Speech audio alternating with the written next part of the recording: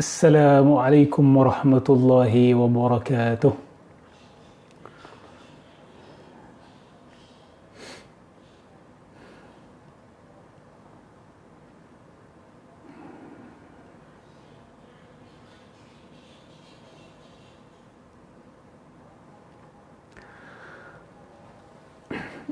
Jemput, bismillah.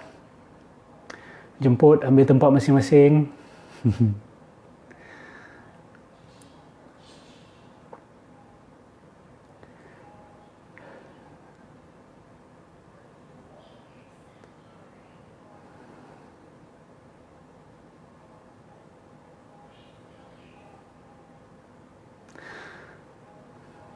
Waalaikumsalam warahmatullahi.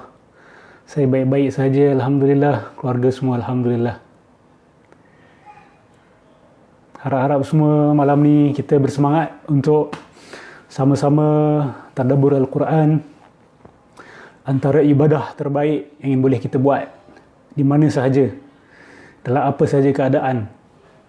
Tadabbur Al-Quran, tidak ada ibadah lah bagi saya yang boleh lawan. Ya, tidak ada zikir, tidak ada wirid yang sama tarafnya dengan membaca dan mentadabburkan Al-Quran. Kitabun anzalnahu mubarakun liyadabbaru ayatihi wa liyatadhakkara ulul albab. Al-Quran itu adalah kitab yang diberkati. Liyadabbaru ayatihi, supaya kamu mentadabburkan, supaya mereka mentadabburkan. وَلِيَتَذَكَّرَ ulul albab, dan semoga mereka-mereka yang tergolong dalam golongan ulul albab mengambil pengajaran. Kita kasih lagi seminit, 2 minit insya-Allah.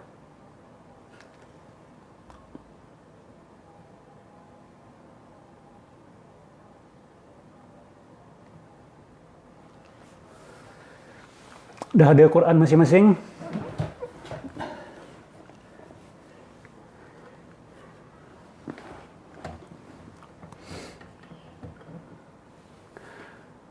Waalaikumsalam warahmatullahi. Haziq Satar, terima kasih. Kembali kepada anda juga insya-Allah.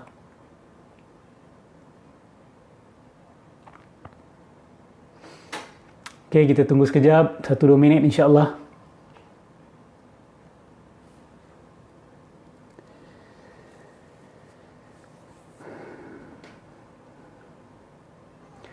Kita ni bila baca Quran kena jadi macam kanak-kanak tau. We need to be like children, small kids. Sebab apa? Sebab kita perlukan sense of wonderment. Sense of wonderment ni apa? Semangat nak tahu. Semangat nak tahu orang dewasa dengan semangat nak tahu budak-budak tak sama. Cuma kita ni bila dah semakin dewasa, semangat nak tahu kita tu kendur. Kan? Dia berkarat. Sebab tu penting kadang-kadang kita tengok budak-budak, tengok anak-anak kita atau cucu kita atau anak-anak buah kita, anak-anak orang lain, tengok, perhatikan budak-budak.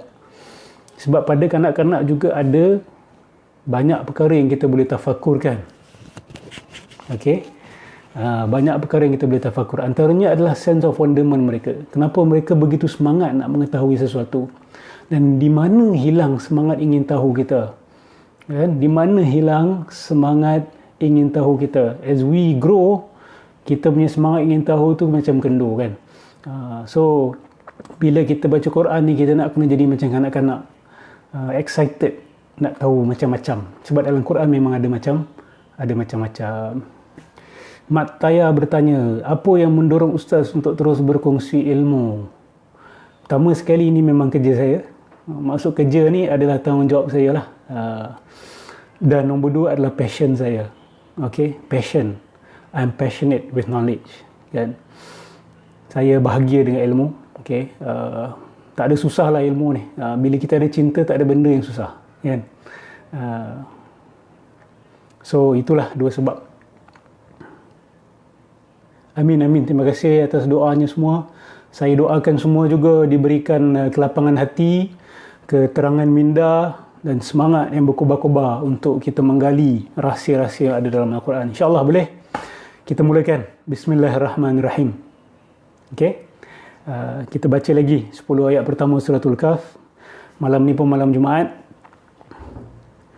أعوذ بالله من الشيطان الرجيم بسم الله الرحمن الرحيم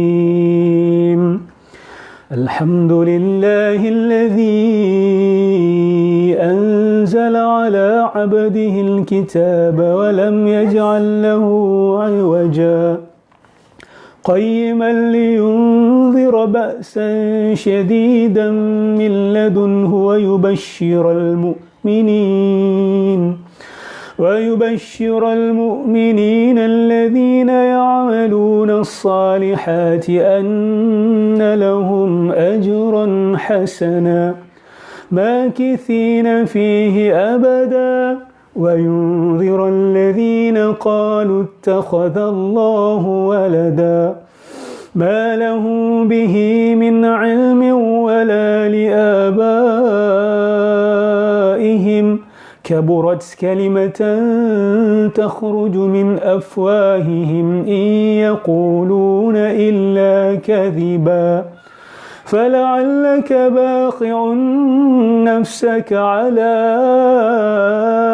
آثارهم إن لم يؤمنوا بهذا الحديث أسفا إنا جعلنا ما على الأرض زينة لها لنبلوهم أيهم أحسن عملا وإنا لجاعلون ما عليها صعيدا جرزا أم حسبت أن أصحاب الكهف والرقيم كانوا من آياتنا عجبا إذ أوى الفتية إلى الكهف فقالوا ربنا آتنا من لدنك رحمة وهيئ لنا من أمرنا رشدا صدق الله العظيم. Alhamdulillah. Siapa ingat kita sampai ayat ke berapa? Tadabbur yang pertama. Nak cek kat ni? Sila jawab. Kita dah sampai ayat ke berapa tadabbur yang pertama? Sila jawab.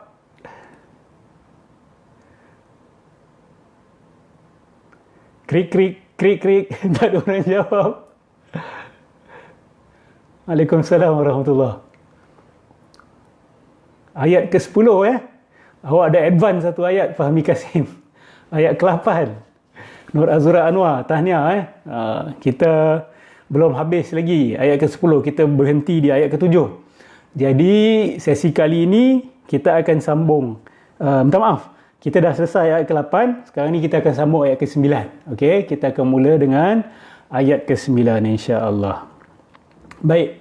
Tajuk kita pada malam ini adalah sejarah agama Kristian melalui Suratul Kahf. Mungkin ada yang bertanya, Ustaz, kenapa kita nak kena belajar pasal agama Kristian, Ustaz? Kenapa nak kena belajar tentang sejarah agama Kristian? Dan betul ke dalam Suratul Kahfi ni ada tentang sejarah agama Kristian? Saya, Ustaz, dah baca Quran ni berpuluh tahun, Ustaz. Saya tak jumpa pun sejarah agama Kristian dekat dalam Suratul Kahf. Sebenarnya, teman-teman sekalian, hadirin hadirat, mustami'in dan mustami'at sekalian, okey, sebenarnya dalam Suratul Kahf ada apa kita kata sebagai allusion, bukan illusion, allusion. It alludes to the history of Christianity. Okey, tetapi bagi orang-orang yang baca Quran sekilas lalu sahaja, yang tidak mendalami, dia tak akan nampak. Tapi bagi orang yang tadabbur, tak kira siapa dia, bagi orang yang tadabbur, dia akan nampak sebenarnya di dalam Suratul Kahf ada sejarah Christianity. Kenapa kita kena belajar tentang sejarah agama Kristian? Sebab yang sama kenapa Allah ceritakan tentang Kristian dan Yahudi dalam Quran. Apa tujuan dia? Supaya kita mengambil pengajaran. Sebab apa kesilapan yang mereka buat, kita sebagai umat Islam juga akan buat. Kalau tak semua, kebanyakan yang mereka buat, kita juga akan buat perkara yang sama. We will repeat their mistakes. Okay? Hatta walau dakhalu juhra dabbin la dakhaltumuh. Nabi kata, Kamu akan ikut jejak langkah orang-orang sebelum kamu, selangkah demi selangkah, sehasta demi sehasta, kan? Sejengkal demi sejengkal, sehinggalah bila mereka masuk lubang biawak pun kamu akan ikut. Nah, sahabat tanya Nabi, siapakah yang kita akan ikut tu ya Rasulullah? Nabi tanya, siapa lagi kalau bukan al-Yahud wan Nasara. Jadi kalau Nabi kata kita akan ikut jejak langkah mereka secara umum, maka adalah berfaedah besar untuk kita faham apa yang berlaku kepada mereka. Khususnya bagaimana berlaku devolusi, bagaimana berlaku metamorfosis, bagaimana berlaku perubahan pada agama mereka. Macam mana mereka bermula dan macam mana mereka boleh sampai ke tahap ini pada hari ini. Adakah sama akidah awal mereka dengan akidah mereka di kemudian selepas 1000 tahun, selepas 2000 tahun? Kalau kita kata ia berbeza, kenapa berlaku perbezaan? Apa yang berlaku sebenarnya? Dan adakah di sana pengajaran untuk kita? Atau adakah kita sebenarnya telah mengikut jejak langkah mereka dan hampir-hampir nak mengikut secara 100%? Okey, jadi saya harap anda faham kenapa saya nak bawa sejarah agama Kristian ini. Kerana saya melihat dalam Suratul Kahf sebenarnya terdapat apa kita kata sebagai isyarat daripada Allah Subhanahu Wa Taala untuk kita kaji tentang sejarah agama Kristian. Kenapa? Sebab Nabi kata Suratul Kahf untuk lindung kita daripada siapa? Dajjal. Betul tak? Dan Dajjal ni, kalau kita tengok, nama dia sama dengan nama siapa? Gelaran dia sama dengan gelaran siapa? Saya kalau tunggu jawab lambat lah kan? Saya terus jawabkan soalan yang saya tanya sendiri. Okay? Al-Masih Dajjal, dia adalah lawan kepada Al-Masih wa Isa bin Maryam. Betul tak? Dua-dua ada gelaran yang sama. Al-Masih, Al-Masih. Tapi yang satu Al-Masih yang berbentuk Dajjal. Yang satu Al-Masih yang sebenar. Apa maksud Al-Masih yang berbentuk Dajjal? Al-Masih palsu lah maksud dia. Dajjal ni maksud dia palsu. Okay? Sebab tu perkataan Dajjal itu, dia sebenarnya tidak berdiri sendiri. Okay? Khususnya bila kita cerita tentang yang satu mata tu. Okay? Dia tidak berdiri sendiri, Dajjal. Sebab dia adalah sifat kepada satu jenis Al-Masih. Iaitu Al-Masih yang penipu. Itu maksud Al-Masih Ad-Dajjal. Dia ada Al-Masih yang sebenar, dia ada Masih yang penipu. Okey. Dalam bahasa Inggeris dipanggil Antichrist kan. Itu tepatlah tu dia punya terjemahan tu. Anti kepada Christ, Christos. Christos tu pun kalau kita tengok maksud dia lebih kurang sama dengan the Messiah. Okey. So kalau nak panggil Jesus Christ, saya tak galakkan lah. Sebab nama sebenar Nabi Isa adalah Isa, bukan Jesus, bukan Joshua. Okey. Bukan Joshua ke Yashua ke, bukan. Isa nama sebenar dia. Okey, saya dah buktikan daripada nama Essenius itu sendiri. Ingat tak kumpulan Essenius yang saya percaya sebagai itulah Ashabul Kahfi? Mereka lah sebenarnya yang memegang Ar-Raqim, manuskrip makhtutat, manuskrip yang di dalamnya terdapat wahyu Nabi-Nabi Bani Israel terdahulu sebelum kedatangan Nabi Isa. Kumpulan mereka dinamakan sebagai Essenius. Essiyim dalam bahasa Aramaik ataupun Hebrew. Essiyim, iaitu pengikut ataupun orang-orang Isa. Jadi dalam sejarah mereka pun terdapat nama Nabi Isa tu. Sayangnya dalam New Testament dan dalam Old Testament hari ini tak terdapat nama Isa, yang ada hanya dalam Quran. Jadi penemuan Dead Sea Scrolls itu membenarkan lagi bukan setakat sejarah umum tentang Nabi Isa, tentang Tauhid, tetapi sampai ke tahap nama. Sebab tu saya percaya nama-nama para Nabi yang Allah sebut dalam Al-Quran ni, itulah nama-nama mereka yang paling tepat. Kan? Seperti Idris.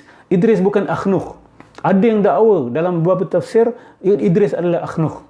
Kan? Kalau kita fikir-fikir balik, kenapa Allah Subhanahu Wa Taala nak beritahu kita tentang nama seorang Nabi yang terkenal dengan nama lain, tiba-tiba Allah kasih nama lain? Kan mengelirukan. Saya yakin nama-nama yang disebutkan dalam Quran itulah nama sebenar mereka dan mereka terkenal dengan nama-nama itu. Mungkin kita tak jumpa lagi tentang mereka. Mungkin kita akan tahu dan kita akan jumpa tentang mereka di masa hadapan. Sebab tu Al-Quran ni masih banyak rahsia sebenarnya. Masih banyak lagi yang terbuka untuk kajian. Dia bukan semua sudah dikaji para ulama. Tidak. Ada lagi Allah simpan untuk umat akhir zaman. Untuk umat yang hujung-hujung akhir zaman itu pun ada lagi rahsia yang Allah sembunyikan. Dengan syarat kita kena ada kunci tadabbur. Kita ada kunci tafsir yang betul. Dan kita berfikir secara berdisiplin. InsyaAllah Allah akan bukakan rahsia-rahsia dia. Baru Al-Quran itu berlaku berinteraksi dengan kita. Kita kaji, kita dapat. Kita kaji, kita dapat. Kan? Tapi jangan cepat-cepat rumuskan kajian kita itu betul. Pastikan dulu, periksa dengan ahli tafsir, periksa dengan ulama, periksa dengan pakar sejarah, periksa dengan pakar hadis. Dah periksa, dah test, dah uji. Lepas tu barulah awak sampaikan kepada masyarakat. Okey, jangan senang-senang kata, ustaz, semalam saya fikir-fikir tentang ayat ni kan ustaz. Saya tengok gini, saya tengok gitu. Jadi saya rasa ini yang Allah nak sampaikan kepada saya. Kan? Jangan terus nak kongsi pada orang. Cek dulu kefahaman anda. Ramai orang hari ini kan, dia duduk seorang-seorang, dia cuba nak faham Quran, lepas tu dia salah faham. Bila salah faham, dia nak cerita kat orang pula. Kan? Ada sampai contohlah, satu contoh saya boleh kasih, antara ayat pertama surah Munafiqun kan. Ketika datang kepada kamu wahai Muhammad golongan munafikun itu, dan mereka berkata nasyhadu annaka rasulullah, kami bersaksi bahawa kamu adalah Rasulullah. Kan? Ada pula orang yang faham, ada orang ni dia dah meninggal ya, dia terkenal. Dia kata ini menunjukkan bahawa sesiapa yang bersyahadah Muhammadur Rasulullah dia munafik. Kenapa dia kata macam tu? Sebab Allah kata dalam Quran, dia kata dalam surah Munafiqun, orang-orang munafik itu datang kepada Nabi dan berkata kami bersaksi bahawa kamu Rasulullah. Maka orang ini ya, yang hidup tak jauh dengan zaman kita, dia dah meninggal dunia, dia kata itu bukti bahawa syahadah Muhammadur Rasulullah itu adalah tambahan. Sebenarnya kita hanya patut kata asyhadu an la ilaha illallah, tak boleh sebut Muhammadur Rasulullah. Siapa sebut Muhammadur Rasulullah, dia munafik. Ini gila. Ini tafsiran gila. Kan? Salah dari segi bahasa, salah dari segi sebab nuzul, salah dari segi tafsir, salah dari segi sejarah, salah dari segala segi.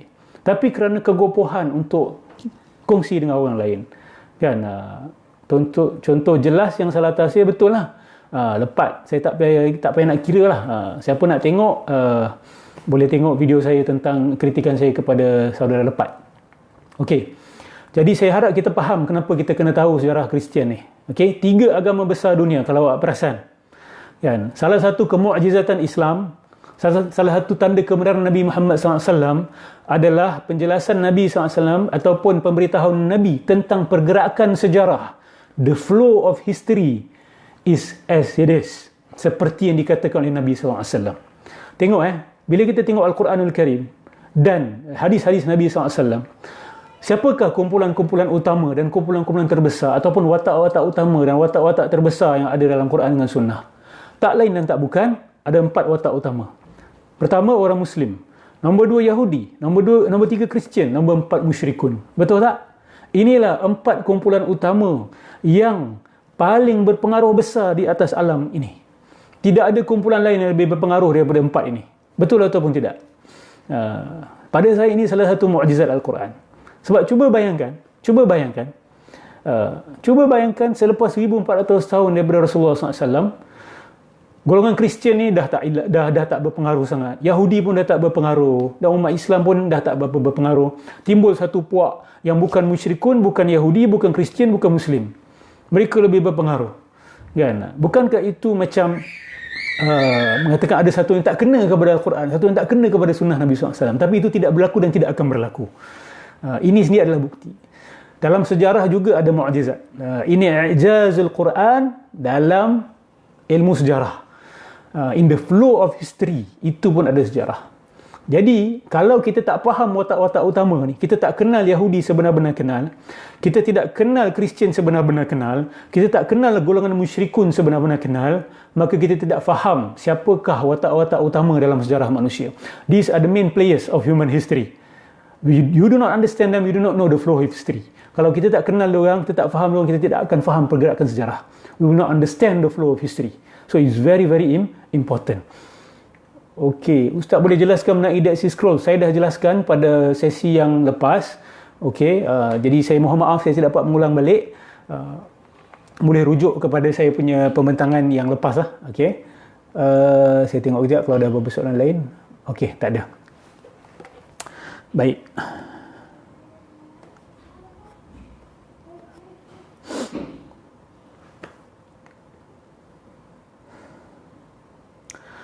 Sebelum kita pergi yang lebih jauh, yang sesi yang pertama saya janji untuk kongsi berkenaan dengan sebab nuzul Suratul Kahf kan. Kenapa Suratul Kahf tu diturunkan? Orang-orang musyrikun di Mekah Mereka ni pening kepala. Pening kepala dengan siapa? Pening kepala dengan Nabi Muhammad sallallahu alaihi wasallam. Apa yang mereka peningkan?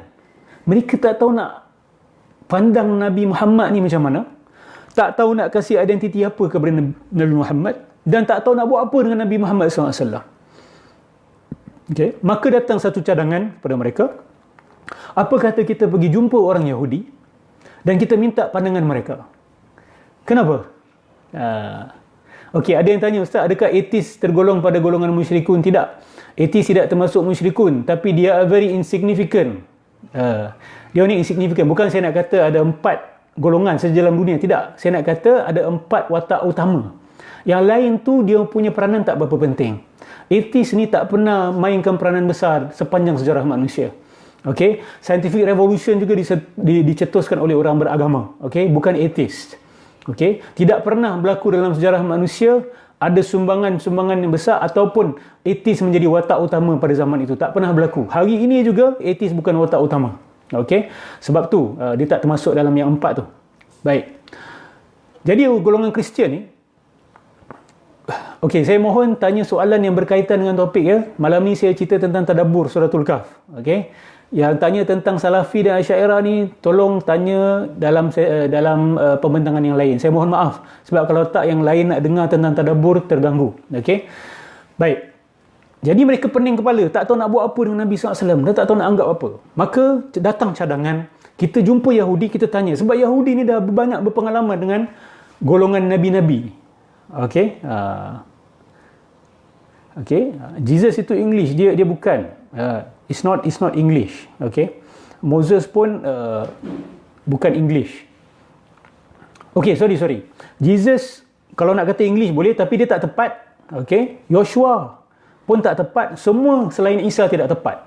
Mudah kata macam tu. Okay. Semua selain Isa adalah nama yang tidak tepat.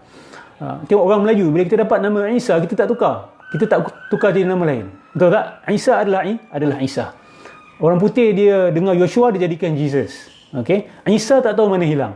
Alhamdulillah Allah berikan kepada umat Islam dan ternyata nama Isa itu yang paling betul sekali. Baik, Allahumma salli ala sayyidina Muhammad. Jadi mereka pun hantar 2 orang. Okey. Ini menarik. Darwin dan Karl Marx. Okey. Kalau tanya saya lah, betapa besarnya pengaruh Darwin dengan Karl Marx ni, mereka tetap tidak mampu melawan pengaruh agama. Okey, komunisme ni sekejap je. Okey, dan Darwinism ni betul-betul kalau kita fikir berapa ramai manusia dalam dunia ni yang betul-betul berpegang pada Darwinism. Tidak ramai.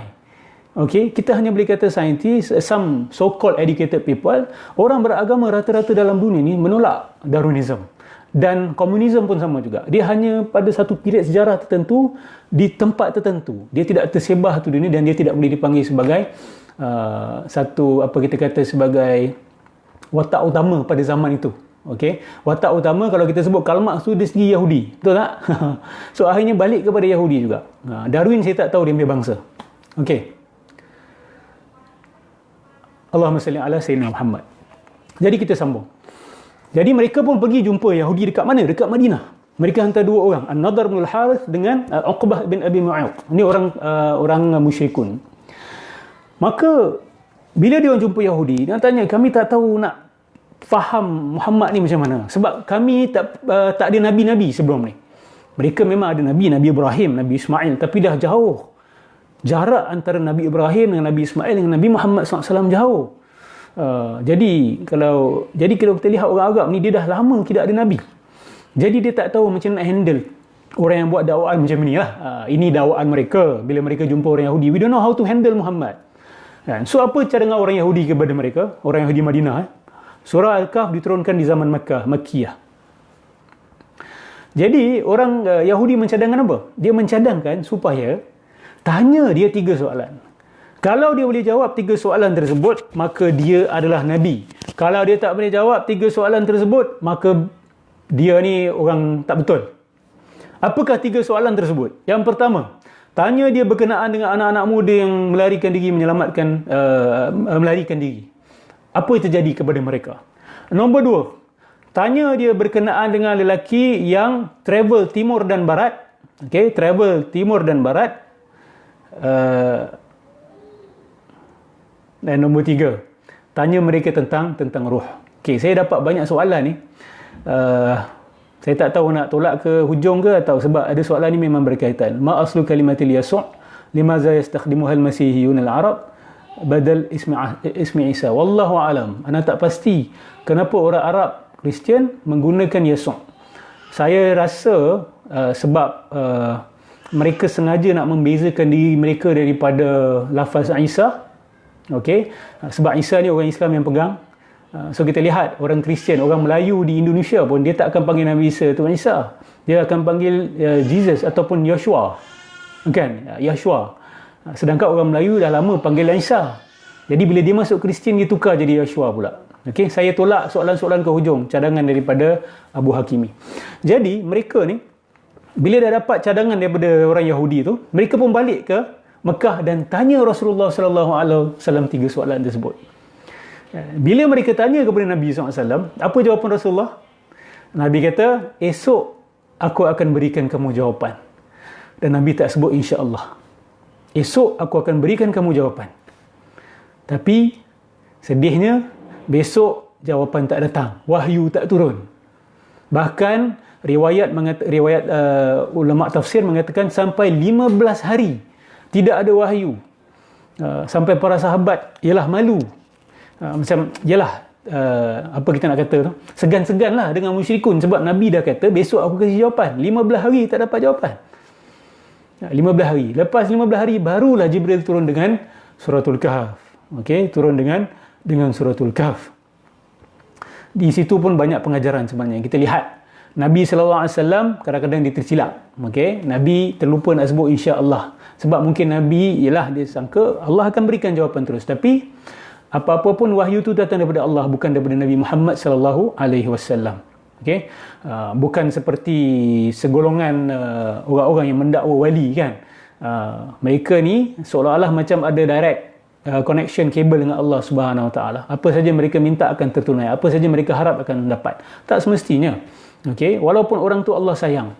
Okey, walaupun orang tu Allah sayang. Macam Rasulullah SAW kan, Nabi kata besok aku kasih jawapan. Allah tak turunkan jawapan besok. Allah tunggu 15 hari. Jadi ini kita kena faham. Kita kena faham Nabi, kita kena faham wahyu. Kalau kita faham Nabi yang sebenar, kita tidak akan melampau. Okey, orang banyak tak belajar sirah betul-betul, tak belajar kisah sahabat. Dia terus lompat cerita wali. Ilmu pertama yang belajar kisah wali-wali. Itu yang cerita terbang-terbang saja yang dia suka. Belajar dulu kisah para Nabi. Belajar sirah Nabi Muhammad SAW. Belajar sahabat tentang sahabat Nabi SAW. Baru kita akan faham bagaimana sahabat kenal Nabi SAW. Bukan seperti sebahagian orang yang melampau-lampau. Dia tak perasan, dia ingat cinta, tapi sebenarnya dah melampaui batas. Okey, betul, Nabi pun tunggu jawapan daripada Allah Subhanahu Wa Taala. Itu juga bukti mukjizat bahawa Al-Quran bukan Nabi yang tulis. Okey, itu yang menariknya Al-Quran ni. Dalam Quran tu sendiri ada bukti bahawa Quran tu bukan Nabi yang tulis. Okey, apa yang kita dapat daripada kisah ini? Apa kita dapat daripada sebab nuzul ni? Ini penting untuk kita identify the identity of Ashabul Kahf. Sebab ada 2 pendapat besar di kalangan ulama tafsir. Satu mengatakan bahawa Ashabul Kahf ini hidup selepas zaman Nabi Isa. Okey, jadi mereka ni masuk ke gua selepas zaman Nabi Isa. Mereka ni ditindas selepas zaman Nabi Isa. Dan mereka lari selepas zaman Nabi Isa. Pandangan yang kedua mengatakan bahawa Ashabul Kahf ini lari masuk ke gua sebelum zaman Nabi Isa. Jadi mana satu yang betul? Imam Ibn Kathir mengatakan bahawa berdasarkan sebab nuzul ini, ia membuktikan bahawa Ashabul Kahfi adalah sebuah kumpulan anak muda yang hidup sebelum Nabi Isa alaihi salam. Buktinya apa? Buktinya adalah kenapa Yahudi sibuk tanya Nabi SAW tentang 3 tu. Iaitu anak muda yang lari masuk gua, lelaki yang pergi ke timur dan barat, dan tentang roh. Kita tahu bahawa Yahudi dengan Kristian ni, dia adalah musuh ketat. Kenapa orang Yahudi nak kena simpan sejarah Kristian? Sebab kalau kisah itu berlaku di kalangan orang Kristian selepas Nabi Isa, kenapa orang Yahudi nak sibuk tanya tentang soalan itu? Orang Yahudi tak akan buang masa simpan sejarah orang Kristian, kan? Nak buat ujian pula kepada orang yang mendakwa Nabi akhir zaman, kan? Jadi tiga soalan mereka itu adalah tiga perkara yang mereka faham betul. Orang Yahudi, they really know what they're talking about. They know about these three things. Ini adalah tiga rahsia sebenarnya, yang mana dia sendiri mendakwa siapa yang tahu jawapan bagi tiga ni, dia mesti Nabi. Dia mesti Nabi.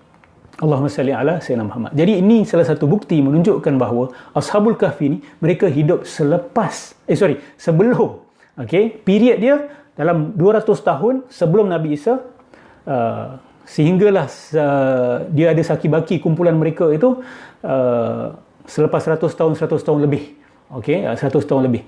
Maksudnya dia orang tidur 200 tahun sebelum zaman Nabi Isa, kemudian mereka bangun lebih kurang dalam berapa puluh tahun ataupun 100 tahun selepas Nabi Isa wafat. Jadi mereka ni adalah sebuah kumpulan yang menanti kehadiran Nabi Isa. Yang menanti kehadiran Nabi Isa alaihi salam. Dia menunggu Al-Masih mereka. Dia sedang menunggu Al-Masih Isa bin Maryam. Baik. Saya nak kongsi sebuah artikel. Artikel ni ditulis oleh seorang pengkaji nama dia Atiyah Zahidah. Atiyah Zahidah ni adalah antara orang pertama yang cuba membuktikan bahawa dia cuba nak membuktikan bahawa kumpulan Esinis itulah Ashabul Kahfi. Ada yang tanya apa hikmah dilambatkan wahyu. Bagi saya, hikmahnya untuk membuktikan bahawa Quran bukan tulisan Nabi SAW. Untuk membuktikan kepada semua yang mendakwa Nabi Muhammad yang fabricate ataupun memalsukan Al-Quran, menulis dengan tangan dia sendiri. Itu bukti bahawa bukan Nabi yang tulis. Sebab tak ada orang yang akan malukan diri dia macam tu. Kalau dia penipu, dia tak akan malukan diri dia macam tu. Janji nak kasi besok tapi tak datang. Itu menunjukkan bahawa Quran bukan tulisan Nabi. Itu hikmah dia pada pandangan saya lah. Pengkaji ini kata salah satu tanda besar yang menunjukkan bahawa Dead Sea Scrolls dan kumpulan Essenis adalah Ashabul Kahfi ini adalah bila mereka excavate ataupun keluarkan manuskrip purba itu, mereka dapati bahawa golongan yang ada dalam gua itu menamakan manuskrip mereka sebagai Raqamut. Raqamut tu apa? Buku-buku syariat ataupun buku-buku agama. Dengar tak perkataan Raqamut? Ustaz, Raqamut Ustaz tak ada sebut pun dalam suratul Kahf. Ada. Raqamut tu Raqim. Cuma Raqamut tu adalah sebutan Aramaik. Pernah dengar Jabarut, Rahamut, kan? Alam Jabarut, Alam Malakut, Alam Rahamut. Itu sebenarnya asalnya adalah Aramaik ataupun Hebrew. Dalam bahasa Arab, Rahmah, Rahim ataupun Alamul Mulk. Cuma orang bezakan Mulk dengan Malakut. Hakikatnya Malakut tu bahasa Hebrew, bahasa Aramaik. Mulk tu bahasa Arab. Sama juga Raqim dalam bahasa Arab, dalam bahasa Aramaik, Hebrew, Raqamut. Raqamut. Sebab ta kat belakang tu adalah tambahan sahaja. Dia punya root word adalah Ra, Qaf dan Mim. Raqim. Jadi benda tu adalah Raqim. Ini mereka jumpa dalam Dead Sea Scrolls itu. The word Raqim itu sendiri. Kemudiannya, the archaeologists mendapati bahawa sifat the fourth cave dekat Qumran, tempat di mana Essenis tu duduk, dia panggil the fourth cave of Qumran. Sebab dalam fourth cave itulah yang mereka jumpa banyak manuskrip. Sebab dia ada 11. Dia ada 11 gua di daerah kawasan Qumran tu, dekat sebelah Laut Mati. Gua keempat yang paling banyak manuskrip. Dan bila dibandingkan sifat gua keempat itu dengan bagaimana Al-Quran menyifatkan gua Ashabul Kahf, 100% match. Bukan 99%, 100% match. Antaranya adalah pintu masuk dia menghadap ke utara. Sebab Allah kata tara syamsa iza tala'at tazawaru an kahfihim zatal yamin wa iza gharabat taqriduhum zatal shimal wa hum fi fajwatin min. Allah kata apa? Kawasan gua mereka itu, apabila matahari terbit, dia dekat sebelah kanan mereka. Apabila matahari terbenam, dia sebelah kiri mereka. Itu mafhum dia. Maksud dia apa? Tempat masuk dia adalah utara. Okey, sebab kalau kanan awak tu menghadap timur dan kiri awak menghadap barat, maka awak sedang menghadap ke utara. Betul tak? Okey. Jadi memang betul. Dia punya pintu masuk adalah bahagian utara. Dan mereka jumpa Fajwah. Fajwah ni satu kawasan yang lapang dekat dalam gua tersebut. Dan kawasan yang lapang itu dia ke tepi sedikit daripada cahaya matahari supaya dia mereka tidak exposed to the sun's heat too much, ya. Tidak terdedah kepada cahaya matahari terlalu banyak. Sebab mereka tidur 305 tahun, okey, ataupun 300 tahun. Jadi ada Fajwah dan juga ada Wasit. Wasit ni betul-betul macam pintu masuk. Betul-betul macam pintu masuk. Antaranya juga adalah terdapatnya Ma'bad. Ma'bad ni kalau kita nak kata dalam bahasa Arab, bahasa Islam, masjid lah. Kan? Kalau kita baca suratul Kahf, jelas ada sebahagian golongan, ni selepas mereka keluar daripada gua, mereka sedar bahawa mereka tidur dah lama, dan selepas mereka meninggal dunia, ada sebahagian golongan yang mencadangkan supaya dibina masjid di tempat mereka. Dibina masjid. Bukan dekat atas kubur mereka, tapi di kawasan. Dan mereka memang jumpa ada rumah ibadah di sebelah, betul-betul di sebelah gua yang keempat itu. So ada banyak tanda yang menunjukkan bahawa kumpulan Essenis yang berpegang kepada Dead Sea Scrolls itulah Ashabul Kahfi yang diceritakan. Okay, it's very interesting. Dan kenapa kita kena tahu pasal Essenis ni? Kenapa kita kena tahu pasal Dead Sea Scrolls ni? Penting. Allahumma salli ala Sayyidina Muhammad. Kita baca dululah ayat ke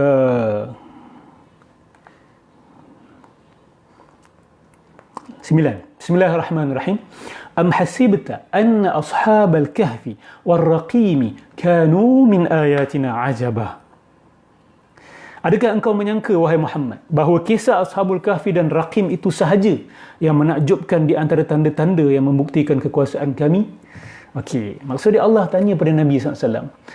Sebab kita bila dengar orang tidur 300 tahun, hebat tak? Menakjubkan tak? Tapi Allah kata pada Nabi Muhammad SAW, adakah kamu menyangka itu tanda yang begitu dahsyat, begitu hebat, maksudnya yang paling hebat, yang paling menakjubkan? Allah nak beritahu dan nak mengingatkan kita.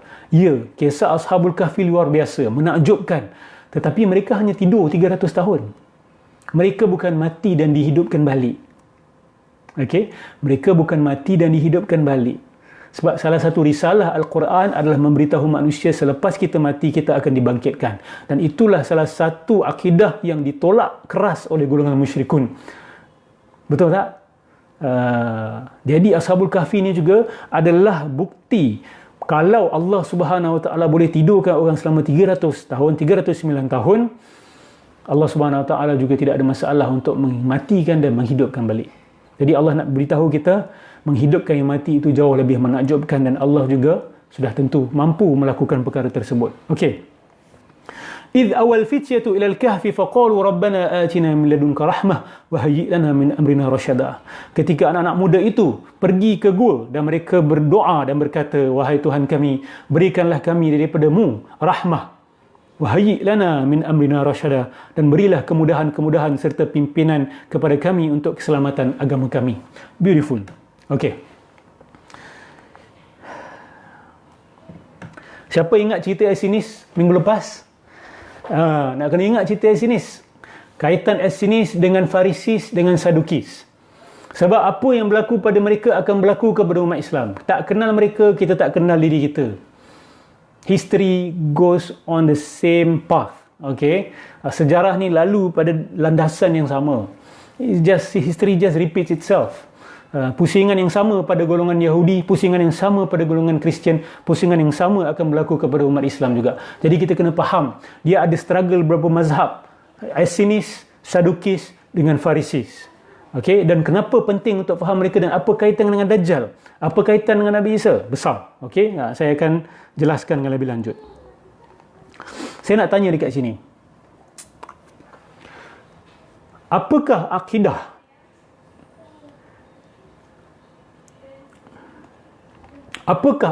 asal tentang Nabi Isa AS? Okay? Akidah siapa? Akidah orang-orang Yahudi yang diberitahu akan kehadiran Al-Masih yang akan datang. Okay? Ada Nabi yang telah beritahu orang Yahudi bahawa akan datang seorang Al-Masih kepada kamu. Waktu itu Nabi Isa belum datang. Dan kemudian apa pula akidah orang-orang yang hidup di zaman Nabi Isa dan ikut Nabi Isa? Dan apa pula akidah orang-orang yang hidup selepas Nabi Isa diangkat Allah Subhanahu Wa Taala? Itu kita kata sebagai akidah awal tentang Nabi Isa yang dianut oleh mereka sebelum kedatangan Nabi Muhammad sallallahu alaihi wasallam. Sudah tentu kita tahu bahawa akidah awal tentang Nabi Isa, dia adalah seorang manusia. Betul tak? Dia bukan Tuhan. He is not the son of God in the literal sense of the word. Dia bukan anak Tuhan secara hakikat, tetapi dia adalah seorang manusia. Dia seorang muallim, seorang guru yang mengajar manusia tentang kebenaran dan kebatilan, melakukan tugas seorang Nabi. Betul ke kita ada bukti sejarah bahawa ada golongan yang menanti kehadiran Nabi Isa ataupun yang hidup selepas Nabi Isa ataupun sezaman dengan Nabi Isa yang berpegang kepada akidah begitu? Ada.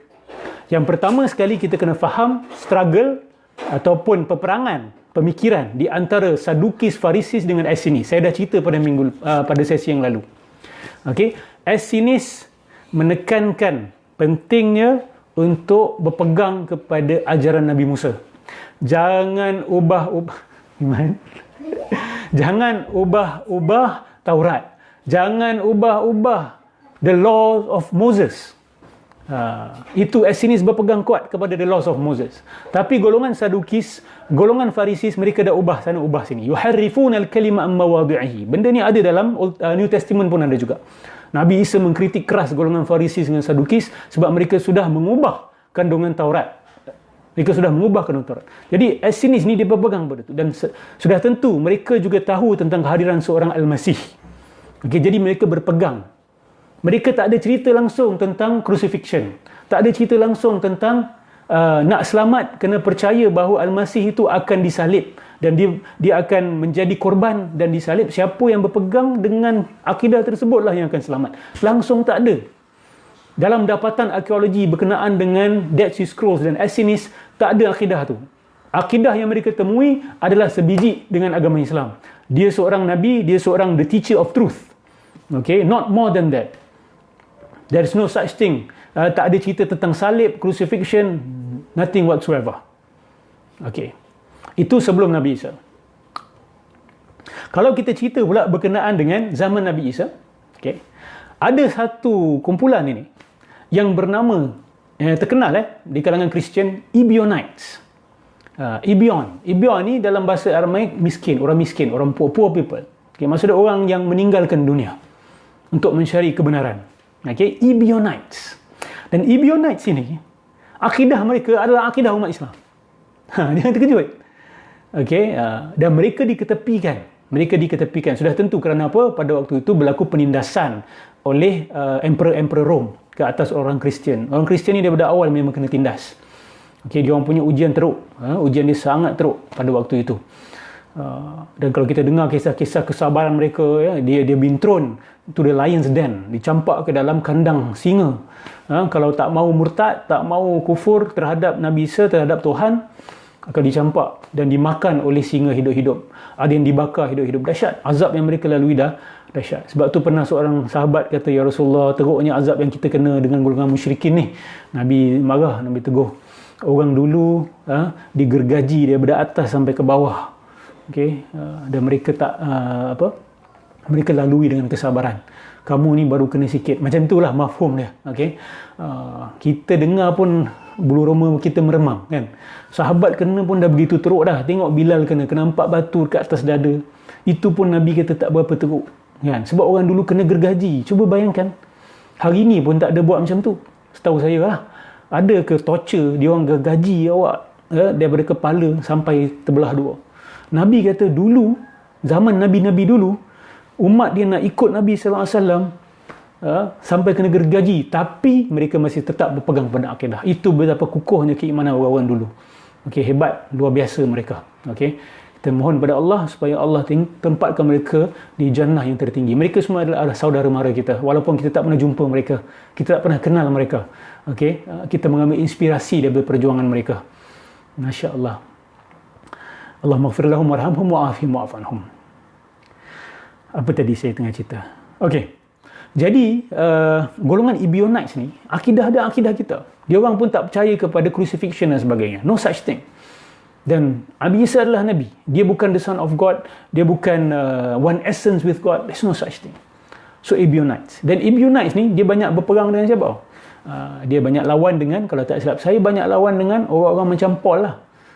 Orang-orang macam Paul yang kemudiannya datang dan membuat perubahan kepada agama Kristian. Nabi Isa, kalau kita tengok, dia ikut syariat siapa? Nabi Isa.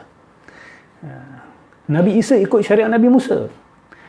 Nabi Isa kata, okay, aku datang bukan untuk bawa satu syariat baru, tapi untuk meneruskan, menyempurnakan syariat Musa, the law of Moses. Tapi Paul, kita kata sebagai antara orang bertanggungjawab yang merosakkan agama Kristian, agama Islam asal lah, agama Islam Nabi Isa dirosakkan jadi Christianity. Dia kata tak perlu ikut Paul. You don't need to follow Paul. Okay? You don't need to follow Paul. You don't need to follow Moses.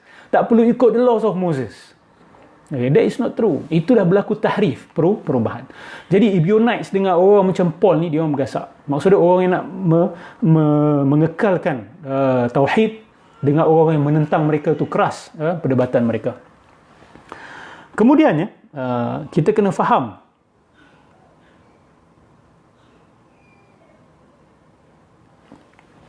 satu lagi kerosakan besar yang berlaku dalam sejarah Kristian. Dia berlaku beberapa fasa. Sebelum Nabi Isa datang pun dia orang dah cuba nak rosakkan Nabi Isa, nak rosakkan image Nabi Isa. Okay? Bila Nabi Isa datang, of course kita tahu apa cerita. Mereka nak bunuh dia, kan? Lepas tu mereka, kemudian padri-padri kemudian selepas tu mereka tahrif, menyelewengkan Taurat, tambah sana, kurangkan sini. Ini ada dalam New Testament sendiri. Okay? Ini bukan kami yang tuduh. Ada dalam New Testament. Nabi Isa mengkritik mereka. Dia orang describe, dia orang tahrifkan Taurat. Jadi berlaku beberapa fasa. Lepas tu datang pula Paul, tambah lagi. Paul ni asal dia Pharisees. Pharisees ni siapa? Golongan yang membenci Nabi Isa.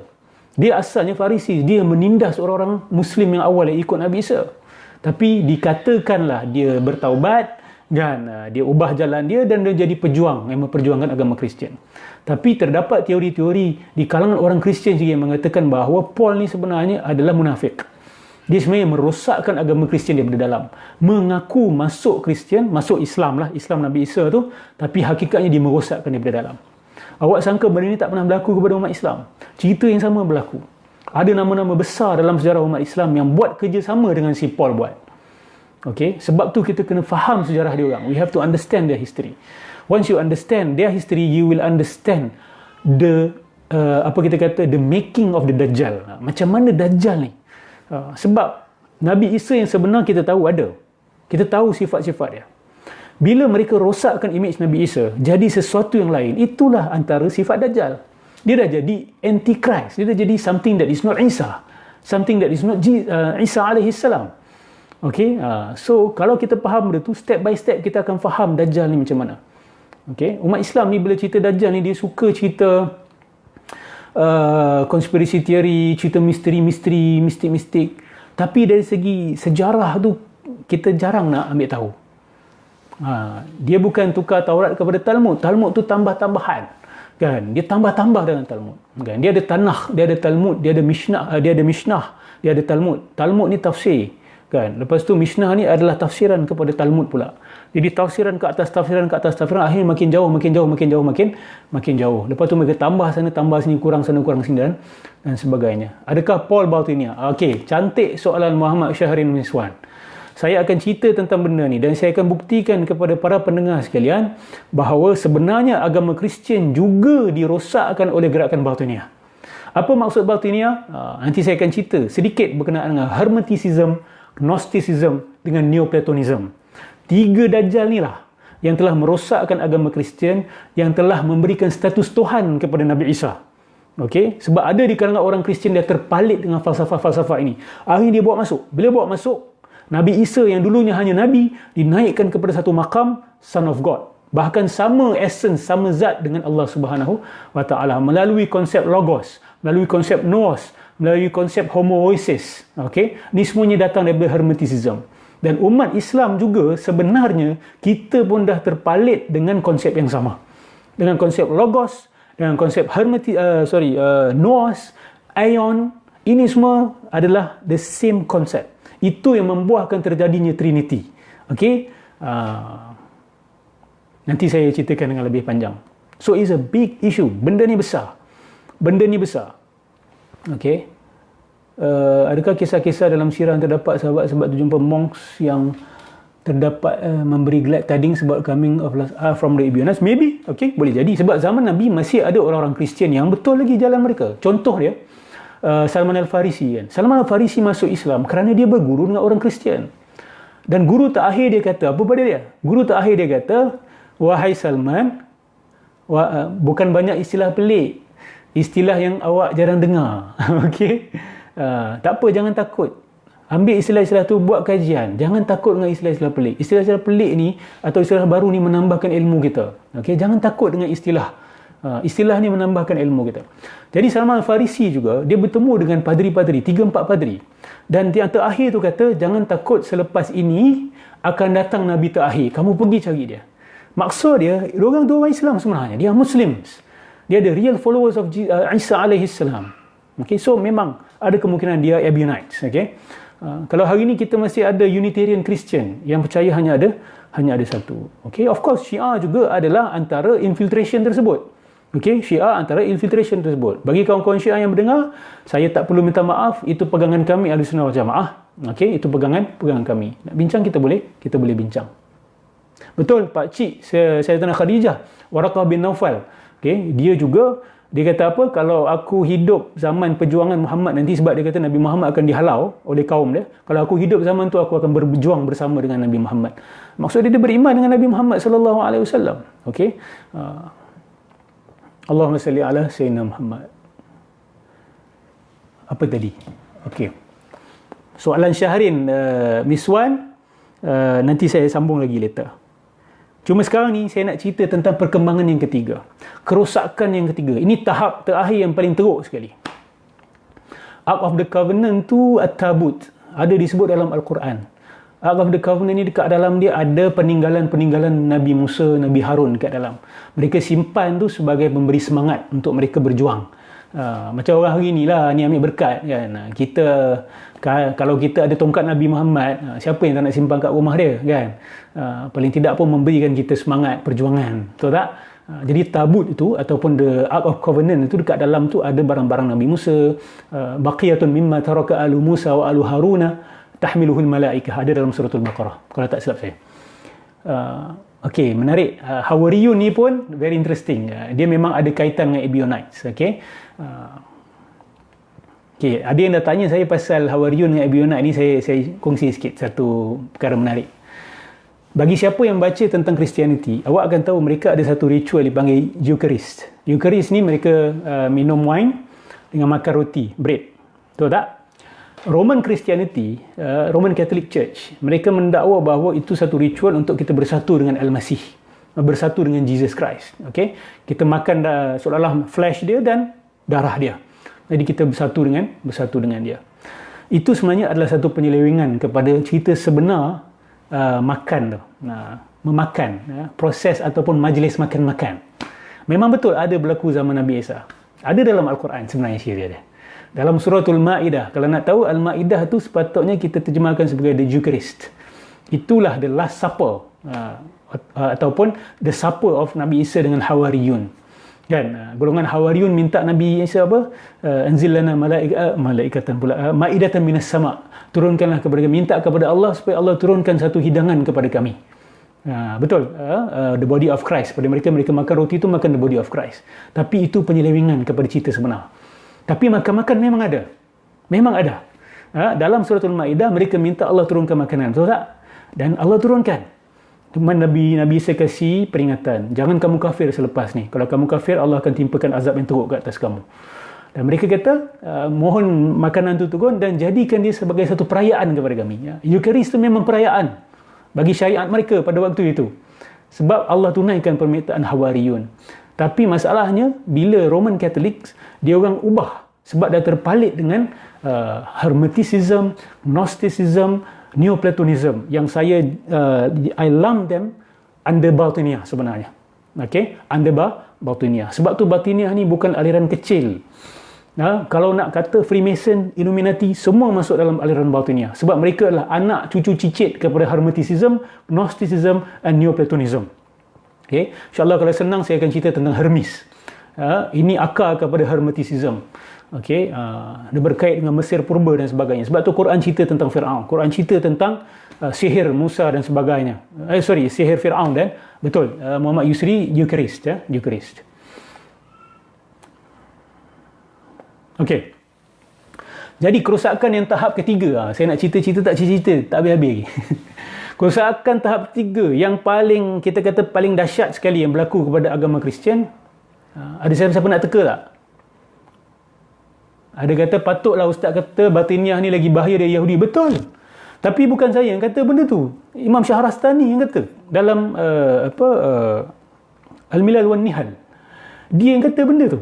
Dia kata bahaya Batiniah ni jauh lebih dahsyat daripada bahaya Kristian, Yahudi dan segala puak-puak kafirun. Sebab dia faham. Orang yang faham, dia akan tahu bahawa Batiniah ni lebih teruk. Sebab dia berlakon umat Islam dan dirosakkan kita daripada dalam. Kalau kafir biasa kata, aku kafir, aku tak percaya pada engkau. Okey, dia gentleman. Ini tak gentleman. Dia mengaku macam kita, tapi dia rosakkan daripada dalam. Okey. Injil Barnabas ni, saya ada buat sedikit kajian. Saya dapati bahawa tak ada, selagi tak buat carbon dating, susah untuk kita dapat dia punya real the authenticity kan. Carbon dating ni penting. Sebab ada yang kata buat carbon dating sebenarnya taklah lama sangat, just 300 years ago. Kalau 300 years ago maksud dia adalah satu fabrication lah, kemungkinan besar. So Allahu a'lam, kita masih belum jumpa the original copy of the Gospel of Barnabas. Tapi Barnabas ni memang dia selalu bergasak dengan Paul. Ini menarik. Kalau tak silap saya, Barnabas ni dia memang bercanggahan dengan Paul. Di situ mungkin ada petanda bahawa memang Barnabas ni memang muwahhid. Adakah Batiniah ni gerakan golongan Antichrist? Ya, betul. Mereka akan membawa ke arah situ. Okay? Batiniah ni bila Dajjal datang, dia akan kata inilah Nabi Isa. Nabi Isa dia akan kata Dajjal. Okey. Baik. Kerosakan yang ketiga berlaku pada abad keempat, dipanggil sebagai the First Council of Nicaea. Okey, the First Council of Nicaea. Ini penting. Kita kena faham. Pada tahun 325 berlaku satu muktamar, conference di kalangan orang Kristian. Kenapa dipanggil council conference tersebut? Kerana telah berlaku kekecohan dan perbezaan pandangan yang besar di kalangan padri-padri. Apa perbezaan pandangan tu sebut adalah berkenaan dengan hakikat Nabi Isa ni. Dia ni siapa? Apa hubungan dia dengan Tuhan? Maka pecah kepada dua golongan. Satu dia panggil Athanasius punya geng. Athanasius punya geng ni kata Isa ni dia adalah sama essence dengan Allah, dengan Tuhan, the Father. The Son is of the same essence as the Father. Same essence ni sama dari segi zat, tak beza. Okey. Yang kedua pula kata tidak, mereka tidak sama dari segi zat. Son of God adalah hadith. Hadith ni dia wujud selepas tidak ada. Okey, dia didahului oleh ketidakwujudan. Dia bukan bersifat qadim. Itu the pandangan Arius ataupun Arianism. Arius ni kita lihat dia punya pegangan muwahhid, tauhid. Nabi Isa ni bukan anak Tuhan. Betul. Ibnu Ibrahim yang merosakkan council tersebut, yang menyeru dan memanggil kepada Al-Farabi itu berfahaman Neoplatonism betul 100%. Okey. Okey. Dia copy, dia tambah-tambah sikit, dia edit sikit je, tapi terbiji cerita dia. So, Konstantin ni, Raja Konstantin ni, okey, satu rahsia saya nak kongsi dengan awak. Raja Konstantin ni adalah seorang hermeticist. Dia hermetic philosopher. Dia berpegang kepada falsafah hermeticism. Dan dialah orang yang bertanggungjawab membawa konsep homoousis. Susah nak sebut ni. Homoousis ni bermaksud sama dari segi zat. Maksud dia the Son and the Father sama dari segi zat. Dia yang bawa kejadah tu. Okay? Dan sedar ataupun tidak, konsep homoousis ni Sebenarnya adalah sebuah konsep yang dipopularkan oleh gerakan Batiniah yang ada pada waktu itu. Gerakan yang ambil daripada aliran Hermeticism, Gnosticism dan juga gerakan Neoplatonism. Mereka yang sebut homoousis ni. Sebab pada pandangan Batiniah itu, there is God. Dan Tuhan tidak mencipta alam ni secara langsung. Tuhan mengeluarkan sesuatu daripada diri dia. Okey, sesuatu itu dipanggil sebagai logos ataupun nuos ataupun aion ataupun al-aqlul awal dalam bahasa Arab, dalam bahasa falsafah, the first intellect. Okey, dan daripada yang satu itulah keluar segala-galanya. Okey, bagi siapa yang pernah dengar pasal Nur Muhammad, awak akan tahu is a very familiar concept. Yes, the concept of hakikat Muhammadiyah, Nur Muhammad, is exactly nuos. It was taken from the Batiniah punya aliran. Sebab apa? Orang-orang yang percaya pada konsep hakikat Muhammadiyah yang percaya Allah, daripada Allah keluar Nabi Muhammad SAW. Tajalli, dia tak kata khalaqa, tajalli. Kalau awak tanya golongan sufi yang betul-betul ekstrim berpegang kepada Nur Muhammad ni, dia kata tajalla. Nur Muhammad ya tajalla ataupun yafidhu minallah subhanahu wa ta'ala. Dan alam ini segala-galanya selain Allah keluar daripada Nur Muhammad. Betul tak? Siapa tak pernah dengar benda ni? Sedar ataupun tidak, tahu ataupun tidak awak bahawa konsep inilah yang diperjuangkan oleh Plotinus yang membawa aliran Neoplatonism, Gnosticism dan sebelum tu juga Hermeticism. Mereka yang bawa konsep ini. From one, only one can emerge. Dan from that one, everything else emerges. Nabi tak pernah ajar benda ni. Allah tak pernah ajar konsep ni. Kan? Khalqul awal bukan Nur Muhammad. Tak ada dalam hadis. Hadis palsu yang mengatakan benda tu. Nabi Muhammad adalah manusia yang Allah wahyukan. Dia bukan yang orang sebut cahaya yang dah ada sebelum segala-galanya, dia ciptaan pertama. Itu adalah suntikan jarum batiniah. Sebab tu saya kata, kita kena faham sejarah agama Kristian. Bagaimana mereka buat sampai orang Kristian sembah Nabi Isa. Begitu juga hari ini ada umat Islam yang sembah Rasulullah sallallahu alaihi wasallam. Dulu saya kata orang tak percaya. Saya pernah bincang dengan sebahagian sahabat-sahabat saya. Kan, kalau Nabi dah beri amaran, jangan kamu melampau dengan aku macam mana orang Kristian melampau dengan Jesus, dengan Isa. Saya kata, itu menunjukkan bahawa akan ada di kalangan umat Islam yang akan sembah Nabi Muhammad SAW. Yang akan kata dia ni Nabi. Dia Allah. Dan memang ada. Ada yang tak kata terang-terang. Dia kata Nabi Muhammad ni qadim, tak ada permulaan. Ada pula kata Nabi Muhammad ni yang lebih layak memiliki segala sifat-sifat ketuhanan. Betul. Ada. Ibn Arabi ada sebut benda tu. Nabi Muhammad, hakikat Muhammadiyah tu lebih layak menerima sifat-sifat Allah daripada Allah itu sendiri. Ini kalam-kalam yang melampau. Okay? Kalam-kalam batiniah. Sama cerita macam apa berlaku dengan sejarah Kristian pada waktu itu. Dua-dua dirosakkan oleh aliran ini, aliran batiniah ini. So, diorang berusaha sama untuk merosakkan aliran Islam juga dengan aliran yang sama, batiniah. Saya ulang lagi sekali, Hermeticism, Gnosticism, Neoplatonism. Okay, ini tiga asas kita kena belajar. Okay, benda ni saya kaji lama. Saya buka kepada awak, tolong hargai ilmu ini. Okay, saya tak minta apa-apa daripada awak. Siapa yang suka buat kajian, tambahkan kajian, fikirkan, sebarkan. Okey, kita kena sebarkan. Saya sudaya upaya nak kasih awak konten yang berkualiti. Okey, saya buat research ni bukan sekejap-sekejap. Okey, saya tak mau cakap berapa buku saya baca, berapa artikel saya baca. Tapi saya nak beritahu ustaz-ustaz yang dengar, kita bertanggungjawab untuk memberikan konten yang berkualiti kepada masyarakat. Okey, we need to do some serious research. Dan bila kita buat, insya-Allah kita akan jumpa. Allah akan bukakan certain things. Okey, adakah perennial philosophy batiniah anutan Fritjof Schuon sekarang? Ya, betul. Fritjof Schuon ni bukan orang yang betul sebenarnya. Okay? Dia ni ada satu perangai dia suka, saya tak pasti riwayat ni betul ataupun tidak. Okay? Kalau salah, saya mohon maaf. Tapi bila saya baca buku-buku dia, perennial philosophy, memang banyak is Freemasonry, nothing else. Okay? Yang diberikan istilah-istilah Islamik. Okay? Ada kata dia ni suka bertelanjang dekat dalam rumah. Okay? Dan dia buat satu tarikat baru, dia panggil tarikat Maryamiyah. Maryamiyah ni dakwa jumpa Sayyidatina Maryam, dan Sayyidatina Maryam kasih dia tarikat ni. Ini semua okay, ding-dong, ada ding-dong sikit dia orang ni. Tengok macam saudara yang promote si hak. Kan? Dia pun terus terang kata Muhammad tu adalah Allah. Okey, sebenarnya bukan dia seorang. Dah ada benda ni dalam sejarah. Cuma benda ni kalau tak kekang, habis. Okey.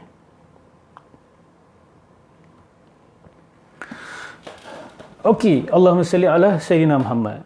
Benda yang saya cakap ni, saya yakin mesti ada silap sana silap sini. Awak tolong bagi siapa yang jumpa kesilapan saya, kongsi dengan saya, PM saya, betulkan ya. Sebab kita nak cari kebenaran. Okey. Kalau salah kita betulkan, sebab kalau silap saya bertanggungjawab atas kesilapan saya. Jadi dalam Council of Nicaea ni, dia punya penyangak utamanya adalah Konstantin tu sendiri. Okey, memang ada bukti benda ni. Ada sebahagian orang Kristian, dia dah buat kajian dan mereka dapati memang Konstantin lah yang bawa masuk aliran batiniah ni. Dalam The Council of Nicaea year 325. Okey. Awak boleh baca satu artikel ni,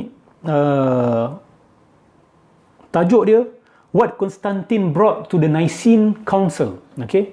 What Constantine brought to the Nicene Council. Okay. Muhammad Fadil Adha, soalan awak ni best. Okay? Tolong tanya saya lagi nanti. Saya takut terlupa. Saya nak jawab ni tapi mungkin ujung-ujung. Penting soalan awak ni. Okay. Ada seorang profesor daripada Department of Early Christian Literature. Maksud dia, kepakaran dia ni adalah Early Christian Literature at the University of Padua. Apa dia kata? Minta maaf saya cuba untuk terjemahkan dalam bahasa Melayu semampu saya. Neither before nor during Constantine time is there any evidence of a normal, well-established Christian use of the term homoousis in its strictly Trinitarian meaning. Having once excluded any relationship of the Nicene homoousis with Christian tradition, it becomes legitimate to propose a new explanation. Okey. Penulis ni kata, pakar ni kata apa? Dia kata, konsep homoousis ni, okay, tak pernah diguna sebelum Konstantin, okay? Dan tidak ada bukti ada orang pernah guna konsep tu. Kemudian, baru orang Kristian guna homoousis tapi dengan maksud yang berbeza. Tapi Konstantin punya konsep homoousis ni membawa makna Trinity. Sebab dia ambil daripada Hermeticism. Saya sambung lagi. Constantine's involvement with the theological traditions of Egyptian paganism is again confirmed by a disconcerting document. So, dia orang jumpa ada dokumen yang menunjukkan bahawa Konstantin ni, Raja Konstantin yang bertanggungjawab merosakkan agama Kristian ini, okay, dia ada tulis, dia ni telah terpalit dan telah terpengaruh dengan Egyptian paganism, agama syirik Mesir purba. The letter to the Church of Nicomedia, written just a few months after the Nicene Council. Mereka jumpa surat dia. After having claimed that the Christ, who is Lord, God and Savior, is at the same time Father and Son, he adds that Christ is called Father as he eternally begets his aion, and that he is called the will of the Father. Bagi siapa belajar falsafah, awak akan tahu konsep aion ni. Konsep aion ni lah konsep al-aqlul awal. Yang Ibn Arabi juga guna, dan dia kata aqlul awal itulah hakikat Muhammadiyah. Dia sendiri mengaku. Okay? Dan benda ni datang daripada ajaran-ajaran batiniah. Okay? Yang berpaksikan agama syirik sebenarnya. Jadi siapa yang nak baca boleh baca artikel ni. Dan this is a well-researched book sebenarnya. Kalau tengok cara penulisan dia. Dan Pierre Franco Beatrice ni, dia memang seorang alim yang terkenal mengkaji manuskrip ataupun literature Kristian awal. Betul lah. Okay. Ibn Sina, Ibn Tufail, Al-Farabi, mereka semua sekali sebenarnya menelan Neoplatonism. Okay. Of course, Ibn Rushd dia tapis, dia lebih kepada Aristotle. Okey, saya minta tadi yang tanya pasal wali-wali, konsep-konsep rijal ghaib apa semua ni, tanya saya lagi kemudian nanti, sebab saya baru habis cerita.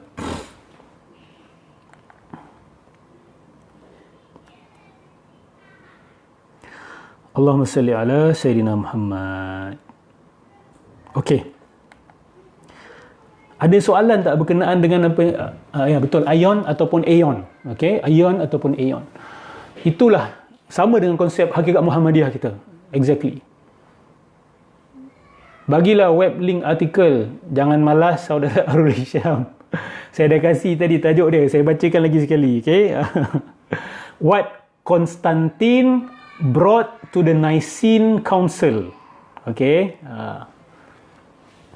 Tertinggal bal tak apa, boleh tengok balik. Okay, boleh tengok balik.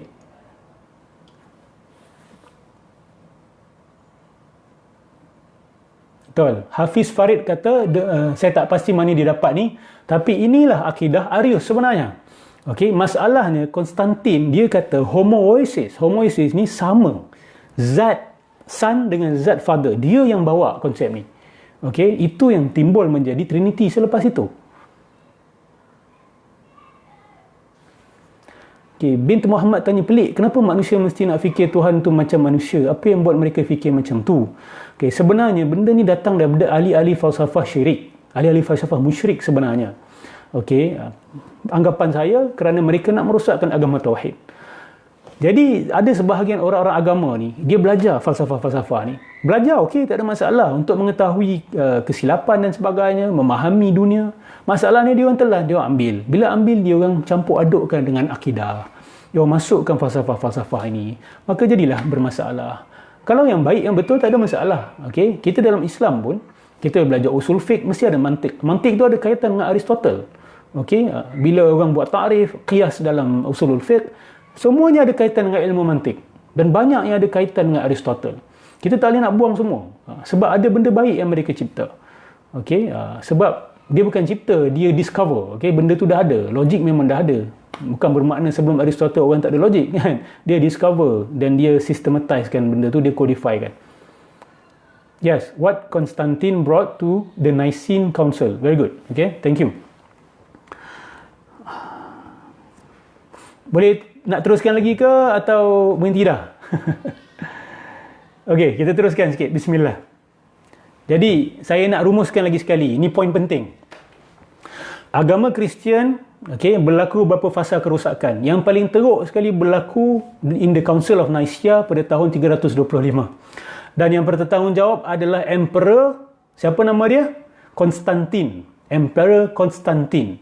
Dan dia ini terkesan dan terpalit dengan aliran Batiniah pada zaman itu. Apakah aliran Batiniah? Hermeticism, Gnosticism, Neoplatonism. Dia orang ni yang mengajarkan kepada dunia tingkatan kewujudan. Okey, tanazulat Tuhan. Daripada satu keluar hakikat Muhammadiyah. Kalau dulu dipanggil hakikat Isawiyah. Okey, sama sebenarnya, exactly the same. Dia panggil Isa the light, kan? The first emanation of God. Sama, dan from Jesus, from the Son comes out everything. Sama macam apa orang Islam sebut tentang Nabi Muhammad sallallahu alaihi wasallam dalam konsep hakikat Muhammadiyah. Dia yang bawa konsep homoousis daripada aliran Batiniah ini. Dia yang kata bahawa the Son is of the same essence with the Father. He is the one who began this. Sebenarnya itu adalah datang daripada Batiniah. Okey, Batiniah. Dan Paul juga ada beberapa andaian bahawa dia pun sebenarnya terpalit dengan aliran Batiniah pada waktu itu. Okey,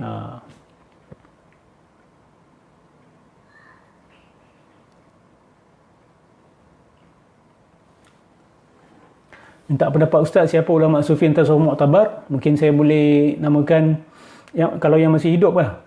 Kalau yang dah meninggal, baru meninggal, Syekh Ramadan Al-Buti. Masih hidup mungkin Syekh Abdullah bin Bayyah. Okey. Saya lihat mereka punya tasawuf tidak melampau, tidak ekstrim. Macam mana nak ubahkan akidah batiniah macam ni bila kena pada saudara sendiri? Ilmu. Mula dengan ilmu dulu. Benda ni bukan benda senang. Okey. Benda ni bukan benda senang. Dia bukan orang awam. Ulama juga terpalit dengan benda ni. Okey. Ketua-ketua negara juga terpalit dengan perkara ni. Ini bukan main-main. Ini bukan fitnah main-main. Okey. This is not something easy to handle. So perlu waktu. Okey. Perlu berabad-abad mungkin. Ataupun berdekad-dekad untuk kita tangani masalah ni. Tapi kena sabar. Orang Melayu juga sudah kena lama. Tapi orang Melayu kena bersedia untuk buat rombakan. Buat muhasabah diri. Okey. Buang taklid, buang taksub, baru kita boleh sedar bahawa memang ada suntikan perkara-perkara ini. Batiniah ada ajaran sihir, betul? Batiniah ni kuat main sihir. Yang kuat mempromosi sihir adalah Batiniah. Sebab tu kalau kita lihat, semua yang ikut aliran Batiniah mesti amalkan sihir. Mesti ada wafak. Mesti ada astrologi. Okey. Banyak soalan korang ni best. Sayang kita dapat sembang-sembang, kalau dapat jumpa kan best. Tapi tak apalah, saya nak handle semua soalan ni pun tak mampu ni, tak sempat. Okey, kunci. Okey, Syahrin Miswan tanya soalan bagus Jadi adakah kunci kepada 10 ayat Al-Kahf ni? Saya belum habis pun cerita 10 ni. Adalah berhati-hati kepada punca sejarah Kristian. Ya, maksud dia supaya kita sedar begitulah agama Kristian dirosakkan sehingga akhirnya nanti mereka keliru antara Nabi Isa dengan Dajjal. Okey, sebab konsep Nabi Isa ni dah jadi dua cerita. Okey, yang rosak itulah yang akan buat mereka salah faham nanti bila Dajjal datang mereka ingat itulah Nabi Isa. Tu bahaya dia. So umat Islam kena belajar daripada proses kerosakan tersebut. Okey, ramai orang Kristian orang baik, mereka tak tahu. Okey, pengkaji-pengkaji yang saya tukil ni banyak adalah Kristian sendiri. Okey, so ni bukan fitnah daripada umat Islam. Okey, this is not a fitnah from us. For every big claim yang saya buat tadi, saya ada rujukan daripada pemikir mereka sendiri, pengkaji mereka sendiri. Aliran batiniah memang banyak di Malaysia. Okey, dalam silat tu semua nanti saya tolak ke lain hari. Boleh rujuk saya punya pembentangan batiniah di alam Melayu, ada dekat Sidang Kalam punya YouTube.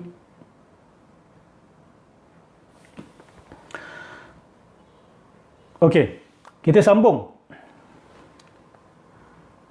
Kita sambung masuk ke ayat ke 10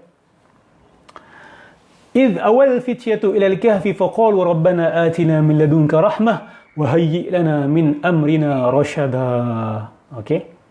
Dan apabila anak-anak muda itu pergi ke, he is called the firstborn of all creation for he was God's first creation. Jesus is also whom God used when he created all others. Betul, exactly. Terima kasih Hafiz Farid. Saya juga pernah jumpa statement-statement lebih kurang sama. Inilah juga statement yang sama yang orang-orang yang mendakwa hakikat Muhammadiyah, mereka memalsukan hadis. They just convert the name Muhammad tu, Jesus tu kepada Muhammad. Ada pula nisbahkan kepada Ali. Kalau kita buka tradisi Ismailiyah, mereka nisbahkan kepada Ali. Semua datang daripada Ali. Kan? Alam ni datang daripada Ali. Dan semua kena. Nama-nama besar kena. Nabi Muhammad pun kena, Nabi Isa pun kena. So, buang kepercayaan ini. Okey, konsep hakikat Muhammadiyah, Nur Muhammad datang daripada batiniyah. Hermeticism, Gnosticism yang telah merosakkan agama Kristian.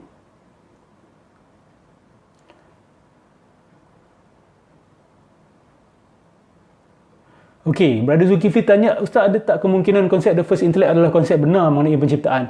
Dan konsep ini digarap oleh ahli falsafah seperti Plato dan sebagainya, cuma along the way tu jadi sesat kerana menolak kewujudan Tuhan. Dan konsep Nur Muhammad pula berbeza kerana ia mengakui kewujudan dan kisah Allah. Okey, dia macam ni.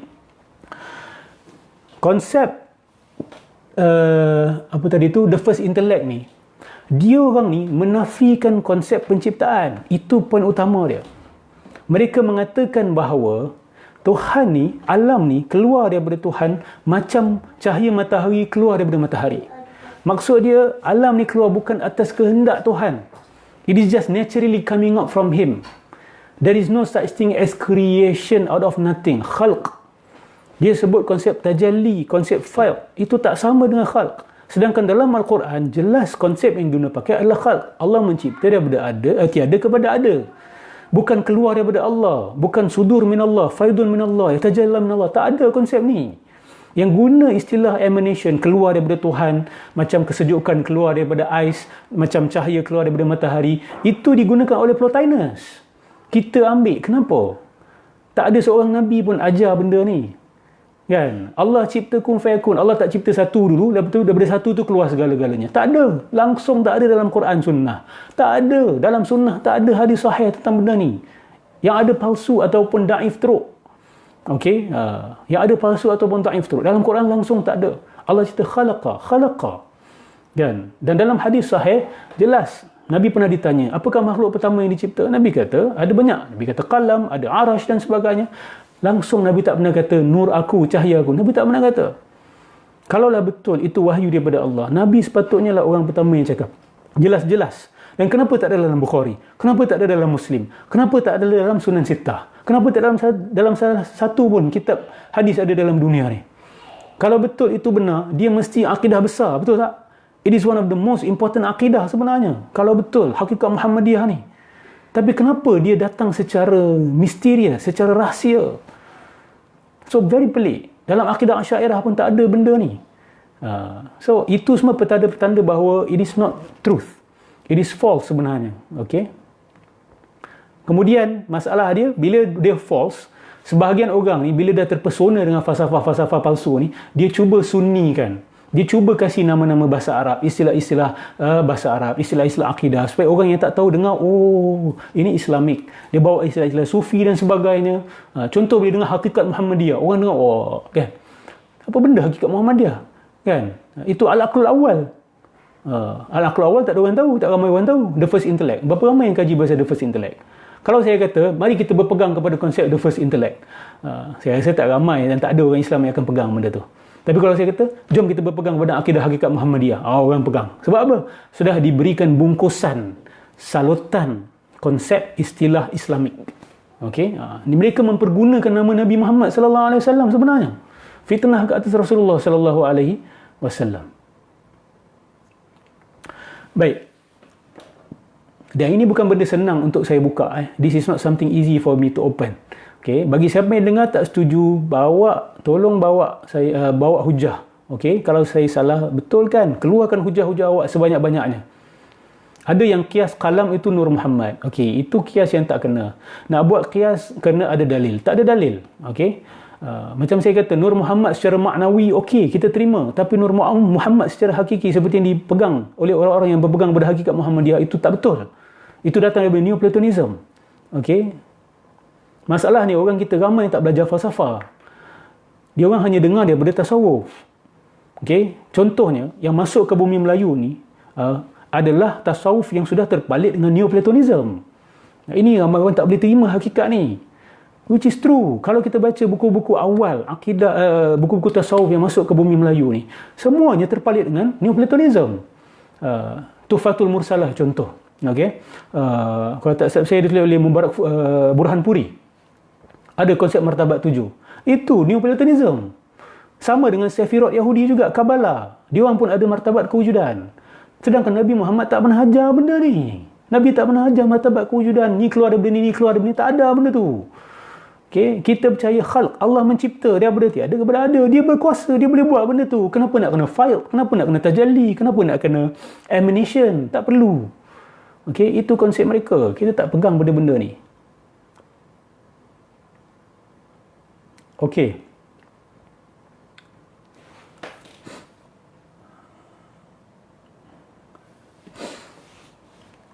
Tadi, kita pergi kepada ayat 10. Ayat 10 ni pun menarik kalau kita tengok. Iz awal fityatu ilal kahf. Apabila anak-anak muda itu pergi ke gua. Faqalu, dan mereka berkata, Rabbana atina min ladunka rahmah wa hayyi lana min amrina rasyadah. Pertama sekali kita tengok dia orang punya umur. Dia orang ni orang tua ke, budak-budak ke, perempuan ke, anak muda lelaki ke. So Allah kata jelas kat sini fityah.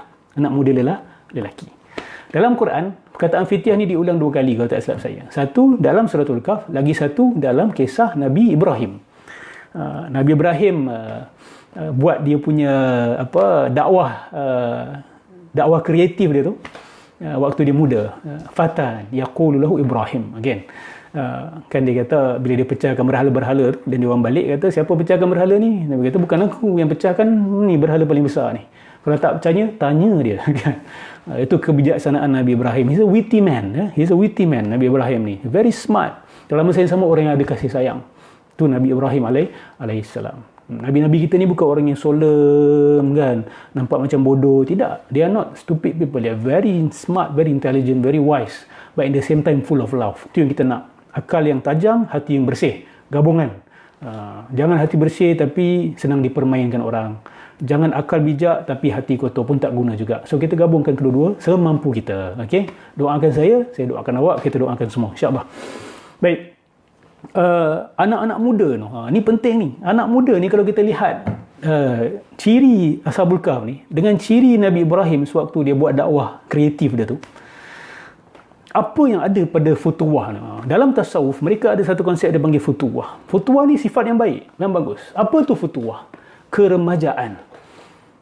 Apakah sifat keremajaan yang kita harus ada dalam perjuangan dalam hidup ni? Anak muda ni kalau awak tengok, ciri pertama yang saya perasan, anak muda dia percaya bahawa perubahan boleh berlaku. Betul tak? Kalau kita tengok anak muda ni, bila dia sampai umur tertentu, dia nak ubah. Dia ada baik, ada tak baik, of course. Sebab tu kita kena cantumkan kebijaksanaan ataupun pengalaman orang tua dengan semangat anak muda. Okay? Bila dua-dua ni campur, insya-Allah kuat. Anak muda ni, dia percaya things can change. Okay? Biasa tak duduk dengan orang yang berumur sikit? Kata, alah, ni semua aku dah tengok lama dah, kan? Dia kata, alah, takkan boleh berubah punyalah, kan? Biasa cakap gitu bukan anak muda. Anak muda jangan cakap macam tu. Anak muda kata, this can change. Boleh, saya nak ubah benda ni. Orang berumur sikit, biasanya lah, tak semua. Biasanya akan kata, oh, jangan buang masa lah, kan? Ini semua apa, kamu punya mimpi-mimpi anak muda, darah-darah muda saja. Kan? Jangan hina. Don't ever look down upon darah muda, okay? Bantu dengan memberikan hikmah, memberikan kebijaksanaan. Jangan pandang rendah. Sebab orang tua yang ada kebijaksanaan tapi tidak ada semangat pun tak boleh bergerak juga. Okay? So Futuwah Ashabul Kahfi ni, dia anak muda. Dia tahu betul, dia tahu salah. Dan dia bukan orang bodoh. Dia calculate dia orang punya steps. Dia know. Dia know the repercussion of their dakwah. Dia orang bukan orang yang buat dakwah lepas tu tak tahu, lepas kita buat ni apa jadi? Kenapa dia nak serang kita? Kenapa dia nak bunuh kita? Tak. They know what's going to happen. And they are willing to take it up. Okay? Bukan orang yang dah buat lepas tu, I didn't expect this to happen. No. You know from day one. If you do this, this will happen. A will happen, B will happen, C will happen. And are you willing to go through it? Adakah kamu berani untuk melalui benda tu? Jadi Ashabul Kahf, Futuwah dalam Quran ni macam Nabi Ibrahim. Awak ingat bila dia pecahkan berhala tu, kan, dia tak tahu ke? Dia buat secara bodoh, naif macam Mr. Bean ke? Tidak, dia tahu. Dia tahu dia orang akan balik. Dia dah prepare apa dia nak cakap. Dia tahu apa dia nak buat. Dan dia tahu dia orang akan azab dia. Tapi dia yakin dengan Allah Subhanahu Wa Taala. Okey? Dia yakin dengan Allah Subhanahu Wa Taala. Okey. Jadi lagi apa tentang Fatah ni? Itulah kalau saya boleh cerita tentang Nabi Ibrahim, tentang Ashabul Kahf. Itu semangat anak muda. Macam mana anak-anak muda berjumpa? Dia orang kawan rapat ke? Wallahu alam, saya tak tahu macam mana. Lagi satu, anak-anak muda ni, they need to come together. Okay? The positive young people. Jangan buat kerja seorang-seorang. Kalau boleh, come together. Tapi mesti ada yang berani berkorban. Saya tengok hari ni, kita nak ubah macam-macam. Kan? Dalam politik nak ubah, dalam tu nak ubah. Semua benda nak ubah. Tapi yang nak berkorban, susah nak dapat. Bila kena kacau gaji, habis, tak nak berjuang lagi. Bila kena ancam sikit, tak nak berjuang lagi. Tak boleh. Bila sebut perjuangan, mesti ada pengorbanan. Siapa yang sanggup berkorban? Jadi kena ada kebijaksanaan dan keberanian dan kesanggupan untuk berkorban. Kalau tak ada kesanggupan untuk berkorban, maka tidak ada nilai. Jadi Futuwah ni, kita lihat dia orang ni, dia orang tahu dia orang kena berkorban dan bersedia untuk berkorban. Sebab bila nampak ada orang berkorban, baru orang lain terinspirasi untuk berkorban. But someone must start. Okay? Semoga kita semua digolongkan dalam kalangan orang-orang yang sanggup berkorban, insya-Allah. Kena chop W, itu biasalah, kan. Itu semua pahala. Okay. So, mereka lari masuk ke gua. Faqalu rabbana. Okay, dia orang ni, dari satu persamaan essence ni dengan Ashabul Kahfi ni, mereka banyak berdoa. Dan Essence ni adalah sebuah kumpulan yang terkenal di kalangan orang Kristian. Dia orang ni kuat berdoa. Dan kita lihat Ashabul Kahfi ni, betul, dia bila masuk gua tu dia doa. Dan doa dia orang very interesting. Rabbana atina min ladunka rahmah. Faqalu, lafaz fa tu lil mubahadarah. Maksud dia immediately bila dia masuk dalam gua tu, dia orang berdoa pada Allah Subhanahu Wa Taala. Ataupun immediately after dia orang sampai kat gua tu, dia orang berdoa. Maksud dia doa ni bukan hujung atau last. Doa tu sentiasa bersulam dengan ibadah mereka, perjuangan mereka. Wahai Tuhan kami, kurniakan kepada kami daripadamu ya Allah rahmah. Maksudnya give us a special mercy. A special kind of mercy. Sebab kalau minta rahmat, semua orang dapat rahmat, betul tak? Ar-Rahman Ar-Rahim tu ada rahmat umum, rahmat khusus. Berada rahmat kita tengok tak? Okay. Itu rahmat khusus lah. Kita doakan Allah rahmati dia. Jadi mereka minta rahmat khusus daripada Allah Subhanahu Wa Taala. Min ladunka rahmah. Okay? Sebab perjuangan mereka besar. Jadi mereka nak special rahmah from Allah Subhanahu Wa Taala. Wa hayyi lana min amrina rasyada. Maksud dia apa? Dan berilah kemudahan-kemudahan serta pimpinan kepada kami untuk keselamatan agama kami. You see ya? Mereka minta dua. Mereka minta rahmah, mereka minta rusyd. Rahmah ni supaya Allah permudahkan urusan mereka. Okay? Rushd ni yang penting. So that what they do is right. Supaya apa mereka buat betul. Itu rushd. Kan? Khulafa ar-Rashidin ni mereka buat benda betul. Mereka terpandu. Rahmah saja tak cukup. Perlu ada rasyadah. Perlu ada ar-rushd. Semangat tak cukup kalau buat benda tak betul. Betul tak? You kena ada semangat dan buat benda betul semampu yang mungkin. Semangat buat benda salah, kerosakan besar. Atau betul tapi tak ada semangat pun tak boleh bergerak. Saya Ilyas. Waalaikumsalam warahmatullahi. Sama-sama saling merindui. Dan kita juga rindu kepada Baitullah. Ya. Semoga Allah angkat penyakit ini cepat insya-Allah. Dan bagi yang merindukan untuk tawaf, sa'i, semoga Allah buka jalan balik insya-Allah. Amin ya rabbal alamin. Lagu Rahmat Mega sedap Ustaz. Ustaz layan tak? Dulu layan lah. Tak apa. Kau jangan trigger aku kat sini. Kan terkeluar satu lagu Rahmat Mega ni. Okey. Allahumma salli ala sayyidina Muhammad. Nak sambung ke atau kita berhenti? Kalau ada apa-apa soalan, yang tadi tanya soalan tu boleh copy paste balik soalan-soalan awak. Kita baru cecah ayat ke-10 ni. Dah 1 jam setengah. Yang tadi nak tanya soalan, saya tak sempat jawab, mungkin boleh copy paste balik.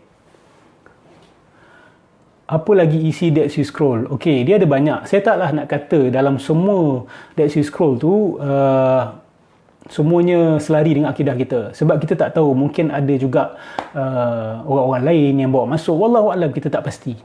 Okey, tapi setahu saya dia punya ethos is Islamic. Okey. Latar belakang dia very Islamic yang dikatakan oleh Robert Eisenman, pengkaji yang one of the important researchers on Dead Sea Scrolls, dan dia very messianic. Dia kata messianic ni dia bercerita banyak berkenaan dengan akhir zaman, tentang hari kiamat, tentang apa akan berlaku di akhir zaman dan sebagainya. Dan of course dalam tu ada cerita tentang hukum hakam, ada cerita tentang macam mana nak didik hawa nafsu. Very interesting Dead Sea Scrolls ni. Dan Israel tahan buku tu begitu lama, Dead Sea Scrolls ni, untuk dipublish. After 20-30 years baru dia keluarkan. Itu pun hasil desakan dan tekanan orang-orang macam Robert Eisenman dengan kawan-kawan dia. Belum habis belajar lagu saya. Tak apa, pergi baca Quran dulu. Lagu saya boleh lewat-lewat kan. Kisah wali-wali ada kaitan dengan falsafah. Ya betul. Okay, macam saya kata tadi, tasawuf yang datang ke bumi Melayu adalah tasawuf yang sudah terkesan dengan Neoplatonism.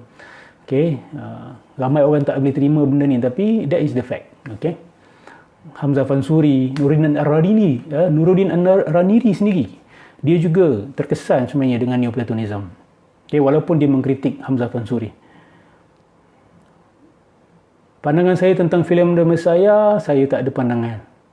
Minta maaf. Teruskan Ustaz, The Night Still Young. Adakah melibatkan falsafah? Okay, wali ada. Wali exist. Orang yang Allah sayang, orang yang makam tinggi ada. Orang yang ibadahnya kuat ada. Orang yang boleh baca pemikiran orang lain ada. Orang yang ada karamah memang ada. Okay. Tapi dia tak ada kaitan sebenarnya dengan falsafah-falsafah mengarut ni. Okay. Ada je orang yang dia ni tak dikenali pun sebagai wali tapi ada karamah. Okey, dia amal Quran sunnah aja. Okey, cukup kuat sebenarnya. Dah cukup, itu yang terbaik. Itu makam paling tinggi sebenarnya. Tapi ada sebahagian orang menganggap wirid-wirid tertentu lah sebenarnya lebih hebat. Dia hebat ni ustaz, dia amal wirid ustaz. Apa dah kan? Orang yang hebat orang ni, dia ni ustaz Quran yang payah rapat, dia payah rapat dengan Quran. Itulah orang yang hebat. Dan sunnah Nabi, masya-Allah ustaz dia pegang. Itu orang yang hebat. Ni tak kita anggap orang-orang yang hebat, orang yang buat macam-macam benda-benda tambahan yang tak tahu datang dari mana pun.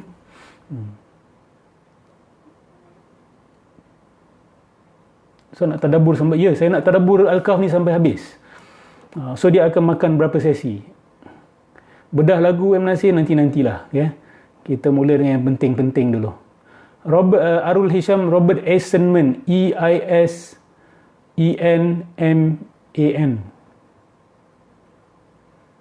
Konsep Rijalul Ghaib, saya dah cerita panjang Rijalul Ghaib dalam video-video saya yang lain.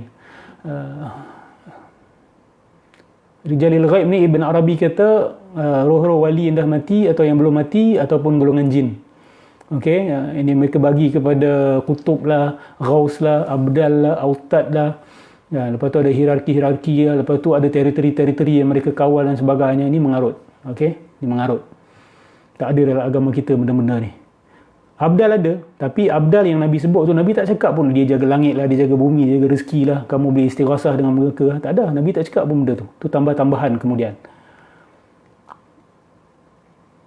Ramai yang berbai'ah supaya jangan buka rahsia. Macam mana tu? Itulah merepek. Nabi tak ada pun suruh simpan-simpan rahsia. Kan? La taktumu wala taktumuna. Allah kata pada Nabi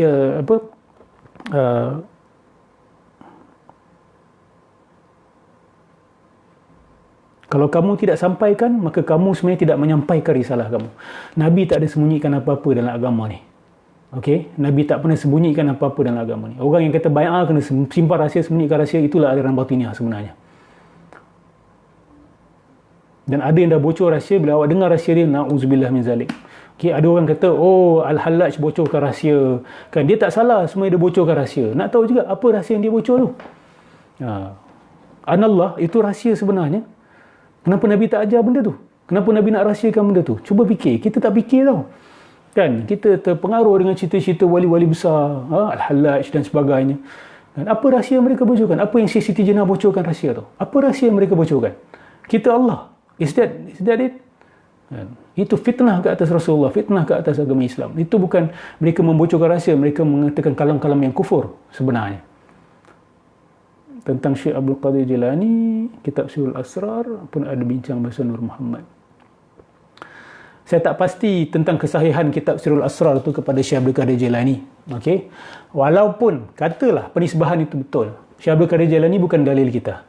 Okey, kalau Syekh Abdul Qadir Jilani bawa dalil, bawa hujah yang kuat, kita terima. Saya tahu ada orang tak boleh dengar apa yang saya cakap ni, dia allergic kan. Entah ni siapa nak cakap macam tu.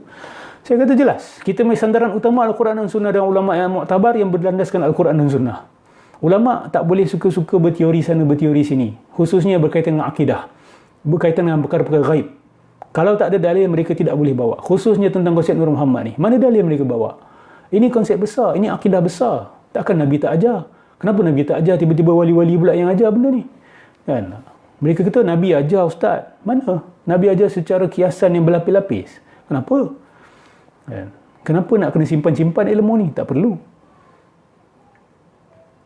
Mungkin luar topik. Apa yang dia dakwa Hermes ini disandarkan kepada Nabi Idris? Okey, ini masalah dia. Menisbahkan nama-nama Nabi kepada watak-watak tertentu dalam sejarah. Ada kata Enoch. Enoch tu adalah Nabi Idris. Ada kata Hermes itu Nabi Idris. Ini problematik, kan? Beristihad tak apa, tapi jangan ambil benda tu sebagai qat'i. Okey? Jangan ambil benda tu sebagai tuntas dan pasti. Sebab pelik, kalau nama dia Hermes, terkenal sebagai Hermes, kenapa Allah tak sebut Hermes saja? Kenapa jauh sangat sampai jadi Idris? Kan? Sama juga, kenapa jadi Enoch? Itu ulama kasih pandangan okey, tapi bila kita cek sejarah, tak ada orang dengan nama-nama ni. Kan? Dan apa yang mereka buat tu tak sama dengan apa yang Nabi ajar. Macam Hermes Trismegistus ni, dia adalah dikenal sebagai one of the greatest magician in history. Semua tukang sihir dalam dunia ni berkiblatkan Hermes. Takkan dia Nabi, kan? Ini tak masuk akal. Okey.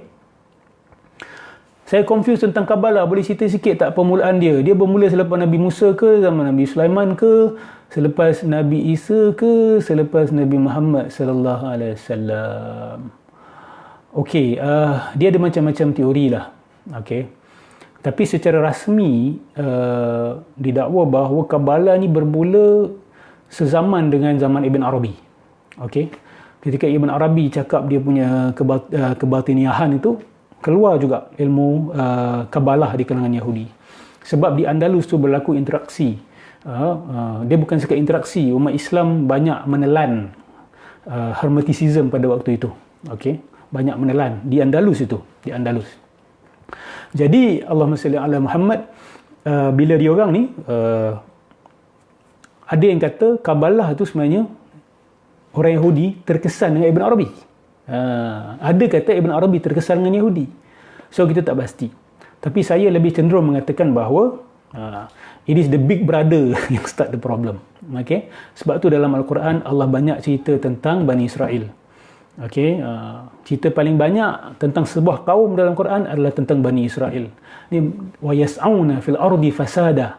Dan mereka ni ada sikap, mereka ni they will conspire to create corruption on earth. Mereka ni bersungguh-sungguh berusaha buat kerusakan atas muka bumi ni. Jadi kita boleh nisbahkan kepada mereka, okay? Kemudian terpalit pula kepada orang lain. Tapi Yahudi sendiri saya yakin mereka mengikut musyrikun. Seperti mana golongan Bani Israel zaman Nabi Musa, mereka terikut-ikut dengan kesyirikan zaman Fir'aun sebab mereka diperhambakan oleh Fir'aun pada waktu itu. Jadi berlaku beberapa fasa lah. Cuma lafaz Kabbalah tu, dia orang dakwa, Nabi Musa ada Taurat yang tertulis. Kemudian ada the oral Torah. Oral ni maksud dia mulut ke telinga. Ini rahsia lah. Dia tidak boleh ditulis, cannot be written. Ini konsep rahsia-rahsia ni bermula dia orang. Kita tak ada konsep ni. Nabi tak pernah cerita besar rahsia-rahsia sebenarnya. Okay. Bagi siapa yang ada ingat Nabi kata besar rahsia, jangan buka pada orang dan sebagainya. Kalau tentang Abu Hurairah, tentang 2 kantong tu, kalau aku buka aku akan dipenggal kepala, itu tentang golongan munafik. Itu tentang nama pemimpin pada waktu itu yang kalau Abu Hurairah buka, of course lah dia akan kena bunuh lah pada waktu tu. Okay. Ini satu pandangan. Saya tak kata pandangan ini confirm betul. Tapi ada pandangan yang lebih kita kata masuk akal lah daripada kata ada rahsia yang Nabi sembunyikan. Rahsia dia apa? Wahdatul wujud. La ilaha illallah Muhammadur Rasulullah.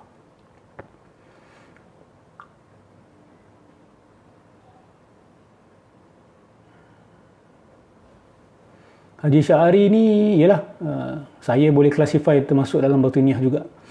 Makrifat tak boleh nak cerita ikut buku, masing-masing punya ilmu dan keyakinan. Kenapa tak boleh cerita ikut buku? Ikut mulut boleh? Kenapa cerita ikut mulut boleh? Ikut buku tak boleh? Buku pun tulisan daripada mulut orang, dia boleh memikirkan orang. Bercakap tu daripada lidah, apa beza dia?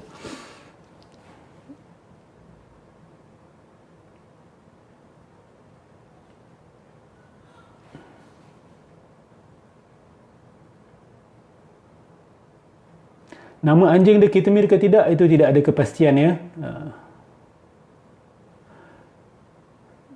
Okey. Lagu yang menasih sahabat gua tu kan. Berapa bintang yang kau kaji, ya sahibul kahfi kan. So lagu dia tu dia pinkkan ke cerita batiniah. Okey. Panjanglah kalau saya nak cerita tentang lagu tu. Tapi jangan pancing saya untuk buka. Al-Kindi semua sama je. Dia orang Al-Kindi, Al-Farabi, mereka adalah orang-orang Arab, orang-orang Islam yang terpesona dengan falsafah Aristotle, Hellenistic philosophy, Neoplatonism, dan mereka terperangkap jugalah, okay, di dalamnya.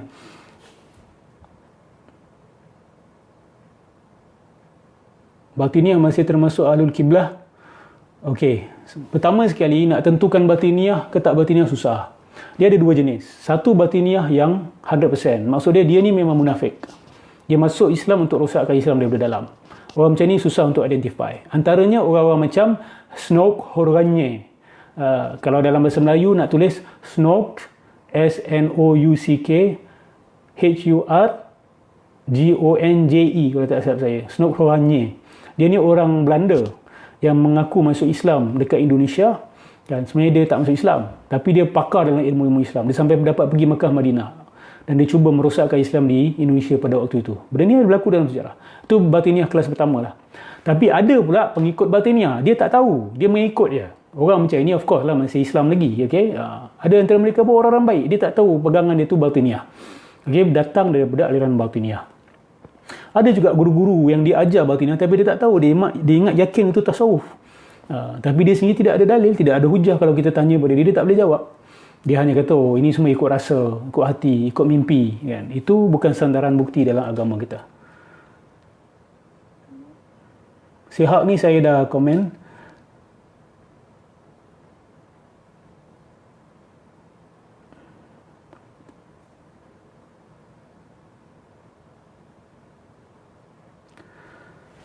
Ada tanya, Ustaz, kalau ditanya apa bukti Al-Quran dari Allah? Kalau dijawab Nabi yang sampaikan, di mana pula bukti dia Nabi?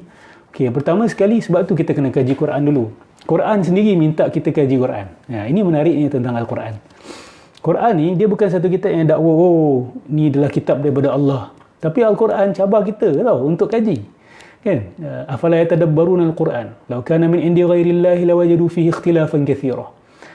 Tidakkah kamu mentadabburkan Al-Quran? Kalau ia bukan datang daripada Allah yang Maha Mencipta, Tuhan yang mencipta, kamu akan jumpa banyak percanggahan. Jadi Quran cabar, cari boleh jumpa percanggahan tak dalam Al-Quran. Itu yang pertama. Nombor dua, dalam Al-Quran banyak tanda-tanda kebesaran dan kebenaran Al-Quran itu sendiri, kebenaran yang Allah sampaikan itu sendiri. Tapi kena kaji lah. Kan? Kena baca. Sebab Allah nak kata Quran ni daripada aku. Macam mana kita nak tahu Quran tu betul daripada Allah? Kena baca, kena kaji. Kena kaji. Lepas tu macam mana nak tahu Nabi Muhammad tu Nabi sebenar-benar Nabi? Baca Quran. Quran itu, bila awak dapat kemukjizatan dia, baru awak tahu kedakwaan Nabi itu betul lah. Dia memanglah confirm seorang Nabi. Dan ada macam-macam lagi cara. Nanti saya buatlah satu sesi macam mana untuk kita membuktikan kenabian Nabi Muhammad sallallahu alaihi wasallam. Okey, saya pernah buat satu kursus Proofs of Prophethood. Okey, bukti-bukti kenabian Nabi Muhammad sallallahu alaihi wasallam. Banyak sebenarnya. Okey, berpuluh-puluh bukti, bahkan beratus kalau kita nak bawa. Tapi yang pertama sekali dengan Al-Quran dulu. Dengan Al-Quran dulu. Kaji Al-Quran, baca Al-Quran. Sebab tu banyak orang bukan Islam masuk Islam sebab baca Quran. Dia yakin kata this must only come from God. So dia tidak ada jalan pintas, kena baca Quran. Orang yang ragu kena banyak baca Quran. Bukan bacakan Quran kat dia, bukan ruqyahkan dia, kena baca Quran. Mengkaji Al-Quran.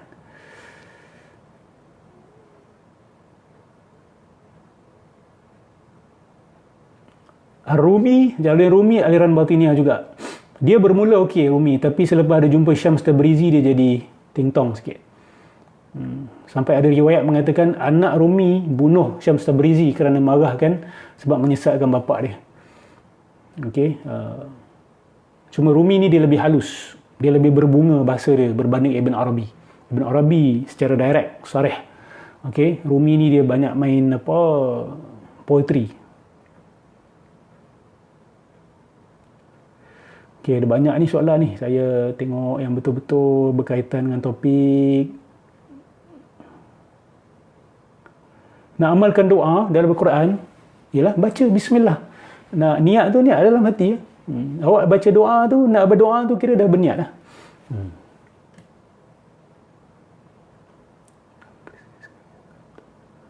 Mengapa orang macam Robert S. Hammond tidak tertarik kepada ajaran Islam bila mengetahui Christianity sekarang is corrupted? Ada macam-macam kemungkinan lah.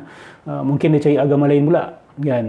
Mungkin dia sendiri tak faham Islam secara 100%. Mungkin dia sendiri telah terpengaruh dengan beberapa ajaran yang telah cuba menyelewengkan agama Islam tu sendiri. Macam ramai orang tak nak masuk agama Islam sebab apa? Dia ingat Islam tu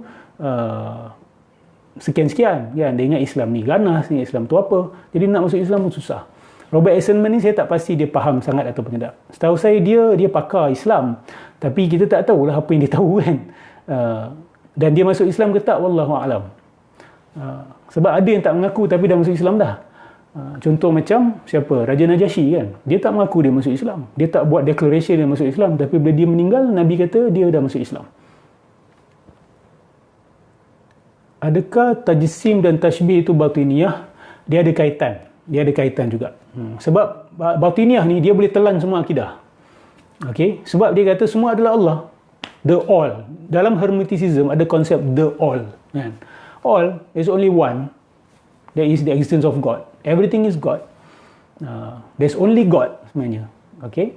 Jadi kalau there's only God, semua akidah betul. Okey, ini masalah dia. Tu yang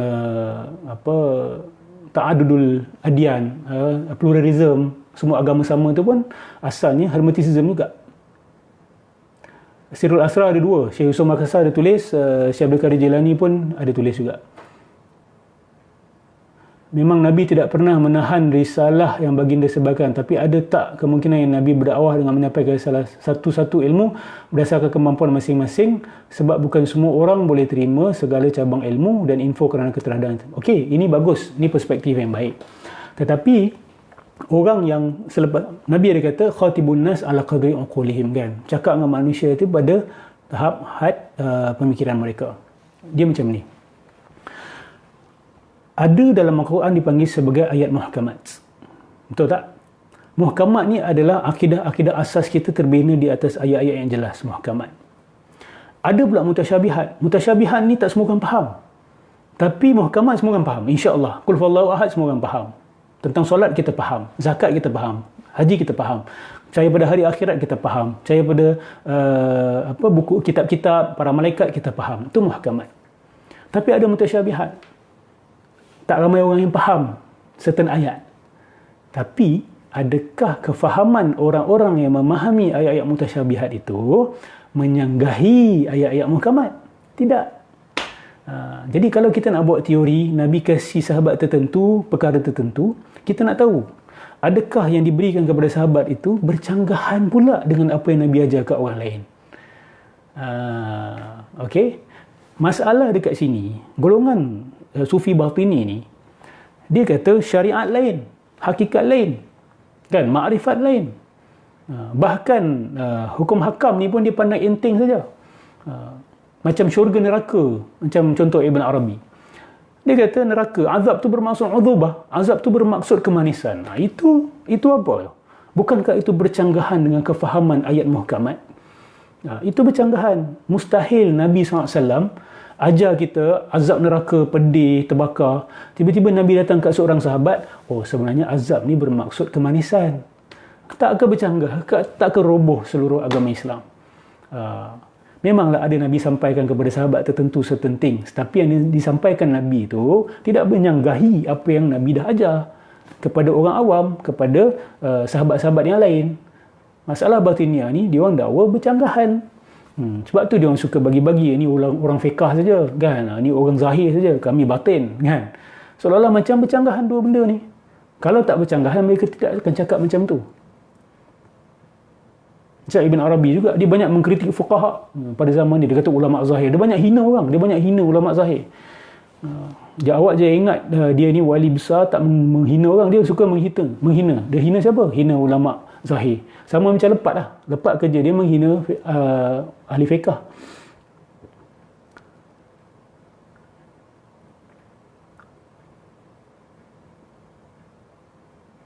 Karangan Isa bin Daud ni, dia tak sepatutnya jadi rujukan ya. Sebab cara penulisan dia bukan cara penulisan yang ilmiah. Dia popular writing, okey. Nanti kita cerita tentang Iskandar Zulkarnain. Banyak engagement. Sebagai contoh, seorang Arab Badui yang nak masuk Islam dan Nabi cuma ajar. Ini saya dah respon tadi Saya dah respon. Yang Nabi ajar betul, beza tapi tidak bercanggahan.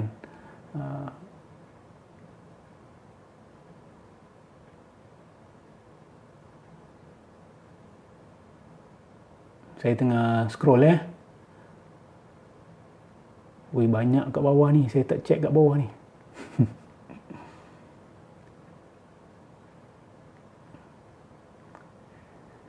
Sekejap saya check. Ada tak mazhab tarikat? Okay. Ni saya dah jawab tadi. Apa yang menimbulkan pemikiran batiniah ni? Okey, kalau kita rujuk kepada Imam Ghazali, pada Imam Syahrastani, dia kata batiniah ni ditimbulkan oleh golongan musyrikun untuk melawan agama tauhid. Daripada sejak zaman Nabi-Nabi dulu kan. Sebab dia orang biasanya kalah. Biasanya lah, tapi tak semua dia orang kalah. Kadang-kadang ada juga nampak macam orang-orang tauhid yang kalah. Jadi mereka ni bila kalah, dikalahkan dari segi politik, dari segi ketenteraan. Mereka cari ada means to resort to. So dia orang guna peperangan pemikiran, ghazwatul fikir. Peperangan pemikiran, jadi mereka buat aliran batiniah ini untuk merosakkan Islam daripada dalam ataupun agama tauhid daripada dalam.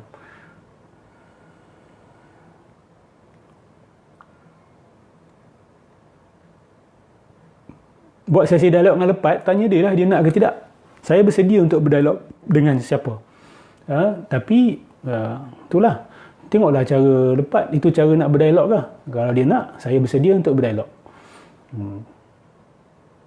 Okey, sesi yang seterusnya saya sambung ayat ke-11. Okey, ayat ke-11. So dah nak selesai dah ni. Lagi 6 minit.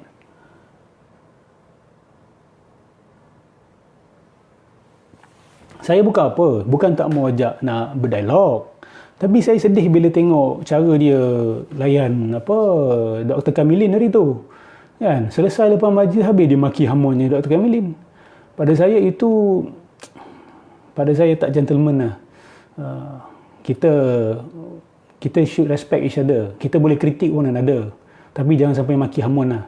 Kan? Dr. Kamilin, saya tak tengok tak ada ustaz-ustaz yang maki hamon dia pun. Tapi dia duduk maki hamon orang. Kan?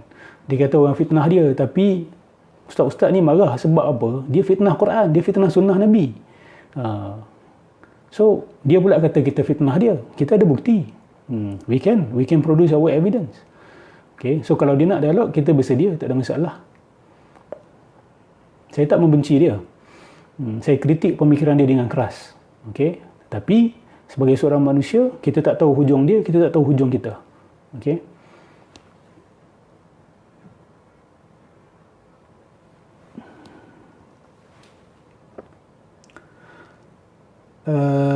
Haziq Sata, maaf Ustaz, saya ada satu cadangan tapi mungkin agak penat sebab banyak kerja. Dengan saya Ustaz upload atau simpan letak segala bahan-bahan Ustaz seperti artikel jurnal PowerPoint dan sebagainya berkaitan kerjaan Ustaz atau apa-apa sekaitan dengannya dalam cloud seperti Google Drive mungkin, dan buatkan dia public supaya semua boleh akses, ataupun mungkin sekadar sharekan link di FB. Well, okay, saya sebenarnya tak ada waktu untuk buat benda ni. Saya amat berbesar hati kalau ada orang nak bantu untuk masukkan ke cloud, ya, downloadkan, aturkan dan sebagainya. Okey, untuk manfaat orang yang datang kemudian. Bagaimana kubasan Syekh Imran Hussein tentang Dajjal akhir zaman? Okey, banyak pandangan ini saya setuju, dan saya pernah kata saya juga ada mengambil daripada dia. Saya pernah belajar dengan dia dulu. Kita pernah pergi ke South Africa, belajar, ambil kursus dan sebagainya. Tapi saya tak setuju dengan semua pandangan beliau lah. Okey, bila kita kata kita setuju dengan seseorang, tak maksud kita setuju dengan semua. Okey.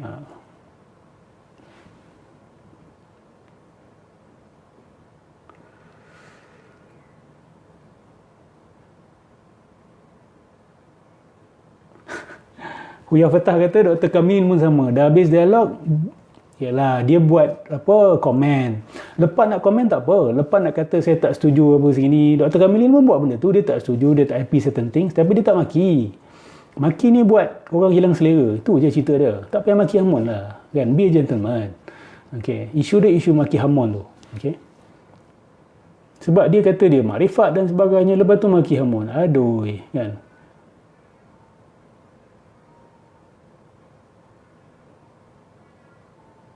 Haji Hussein siapa pula? Saya tak kenal. Haji Hussein Singapura. Osman Ibrahim, kalau nak bantu boleh. Nanti boleh kontak saya insya-Allah. Terima kasih. Baik, saya mohon berehat. Ni kalau layan tak habis ni. InsyaAllah. Saya ucap terima kasih kerana semangat awak. Semangat nak mengkaji, nak berfikir, nak tahu, tanya. Kita boleh setuju, boleh tidak setuju, tak ada masalah. Okey, ini perbincangan keilmuan. Jangan hanya bila tak setuju kita membenci, kan? Tak apa. Kita boleh kritik keras. Orang nak kritik keras saya pun tak ada masalah. Okey, tapi selagi awak tak biadab, awak tidak resort to barbarism, kan? Selagi awak maintain kehormatan, bismillah, kita boleh. Nak bergaduh pun boleh, bergaduh secara terhormat, kan? Tapi we respect each other. Okay? Sama-sama. Terima kasih semua kerana sabar 2 jam ni. Okay? Semoga mendapat manfaat. Jangan lupa habiskan suratul kahfi besok insya-Allah. Okay, sebelum asar. Sunnah. Alhamdulillah. Wabillahi taufiq wal lepas lulusan kedai kopi mesti ada maki. Itulah. Okey. Kalau begitu saya ucapkan selamat malam. Wabillahi taufiq wal hidayah. Assalamualaikum warahmatullahi taala wabarakatuh. Sama-sama.